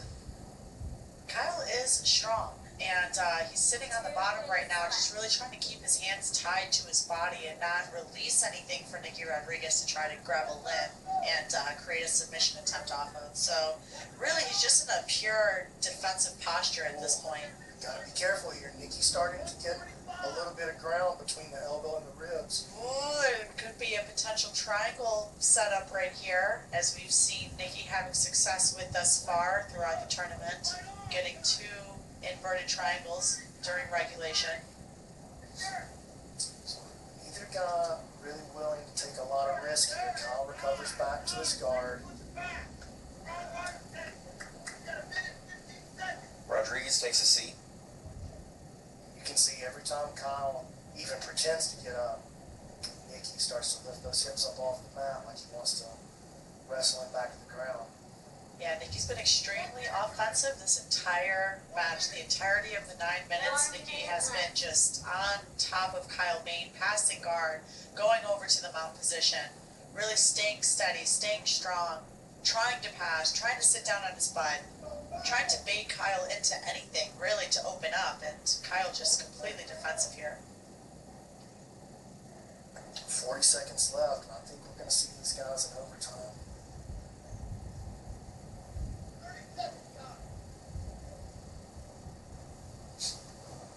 Inside the final 30 seconds, Rodriguez standing over Kyle Bane.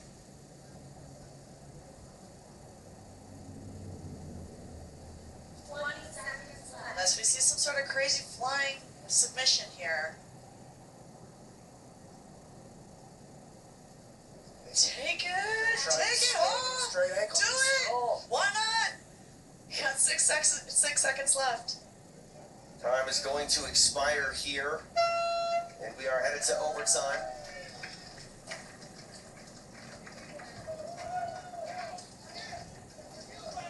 So EBI 20 will find its winner via overtime. Kyle Bane going to go on offense here in the top of the first. He elects to take the back of Nick Rodriguez.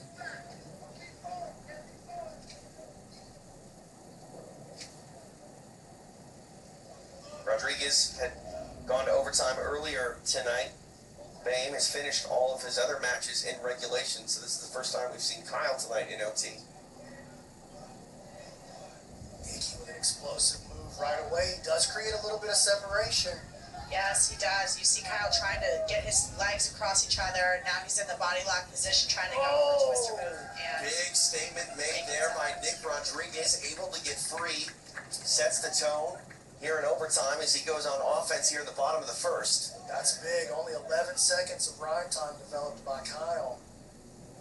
Let's see how Nicky Rod chooses to play this one. Kyle reaches down, trying to shake that bottom hook. Bringing his hips up and over. Nicky Rod hangs over. It is done. Nick Rodriguez is the EBI Absolute Champion. yes! He gets a submission in overtime. Walking away with $25,000 because he got 2 submissions during regulation time. Not bad for the B Team Jiu-Jitsu product Nick Rodriguez, now an EVI Absolute Champion. We will make it official. Ladies and gentlemen, we have a winner via submission in overtime. He is now the EVI Absolute Champion. It is Nick Rodriguez.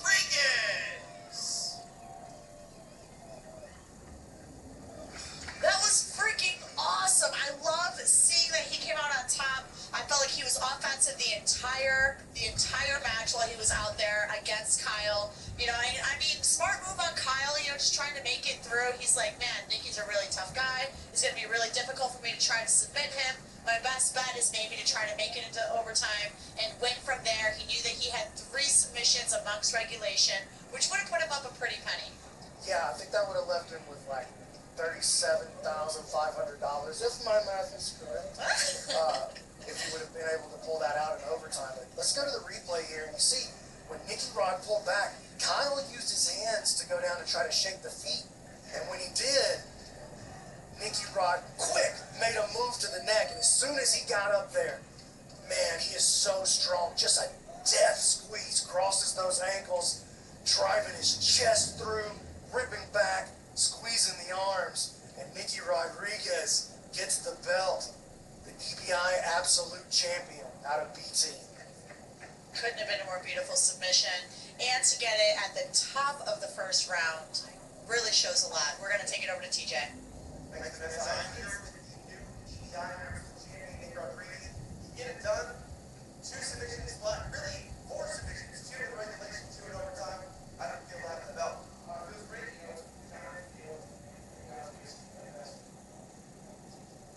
You guys having this was the first tournament, and I had a blast with you. We saw you use that Roddy lock tonight. You were very aggressive. What was your key to victory and getting to the finals and getting the win?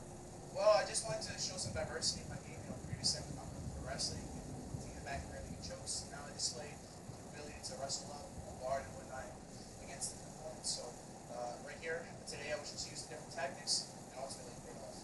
EVI has evolved a lot over the years. You're a very accomplished grappler. You're now an EVI champion. What does it mean to you to get that belt, and what do you think it says about where EVI has come over the years? Well, EVI is you know, at the top of the grappling world, and it continues to grow and get more renowned at the event. And you know, I had a blast competing. I'm looking forward to the next one. Can't wait to see the next one. Nick Rodriguez, appreciate the time. Here he is, the new absolute champion here at EVI. It is Nick Rodriguez. A couple champions to my left here. My commentating partners, it is B-Mac, Brandon McCaffrey, Vanessa Demopoulos. It's a doubleheader here in El Paso with Medusa yesterday, and then of course EVI today.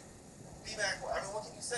This tournament literally had it all. Submissions in overtime, submissions in regulation, quickest submissions in overtime in combat jiu-jitsu. Just what a fun time. Yeah, it was a great event. We saw Kyle make a great run at the finals, all submissions heading into the final, but he couldn't get through the powerhouse of BT, Nick Rodriguez. I don't have to ask Vanessa Demopoulos if she had a good time, because you heard it on commentary. Vanessa, put it in your own words, though. Oh my gosh, it was so amazing. I even kicked my chair out from behind me just to stand up because I was so excited. I could hardly stay seated throughout the entirety of the tournament, especially as we got later into the rounds. It was so awesome. I mean, we had tons and tons of submissions amongst regulation rounds. These guys really showed up to the party and showed why they were fighting for that $50,000 potential bonus for the night. Professional jiu-jitsu, ladies and gentlemen, has arrived, and if you need more evidence, just go back and watch this event. What a fun time it was here in El Paso. I can't wait to do it again real soon. We got that team duel coming up in December for combat jiu-jitsu down in Cancun. And combat jiu-jitsu hitting Brazil in 2023. What can you say, B-Mac? It's going to be amazing. I can't wait to go to Brazil. I can't believe we're going to Rio. I can't believe I can be a part of this. I'm really thankful. That's my pleasure, your pleasure, Vanessa's pleasure. We owe a big debt of gratitude to both Master Vic, Victor Davila, and of course the man himself, Eddie Bravo. If you missed any of this, check it out. Encore replay available anytime over at UFC Fight Pass. If you're watching at your buddy's house right now, you think you need UFC Fight Pass, you don't have it. 50% off your first month if you use the code EBI. There you go, save money, right? Yeah, absolutely. There we go. All right. All right, let's wrap it up. For Brandon McCaffrey and Vanessa Demopoulos, I'm TJ DeSantis. Thanks for watching. watching. We'll see you next time for the Eddie Bravo Invitation.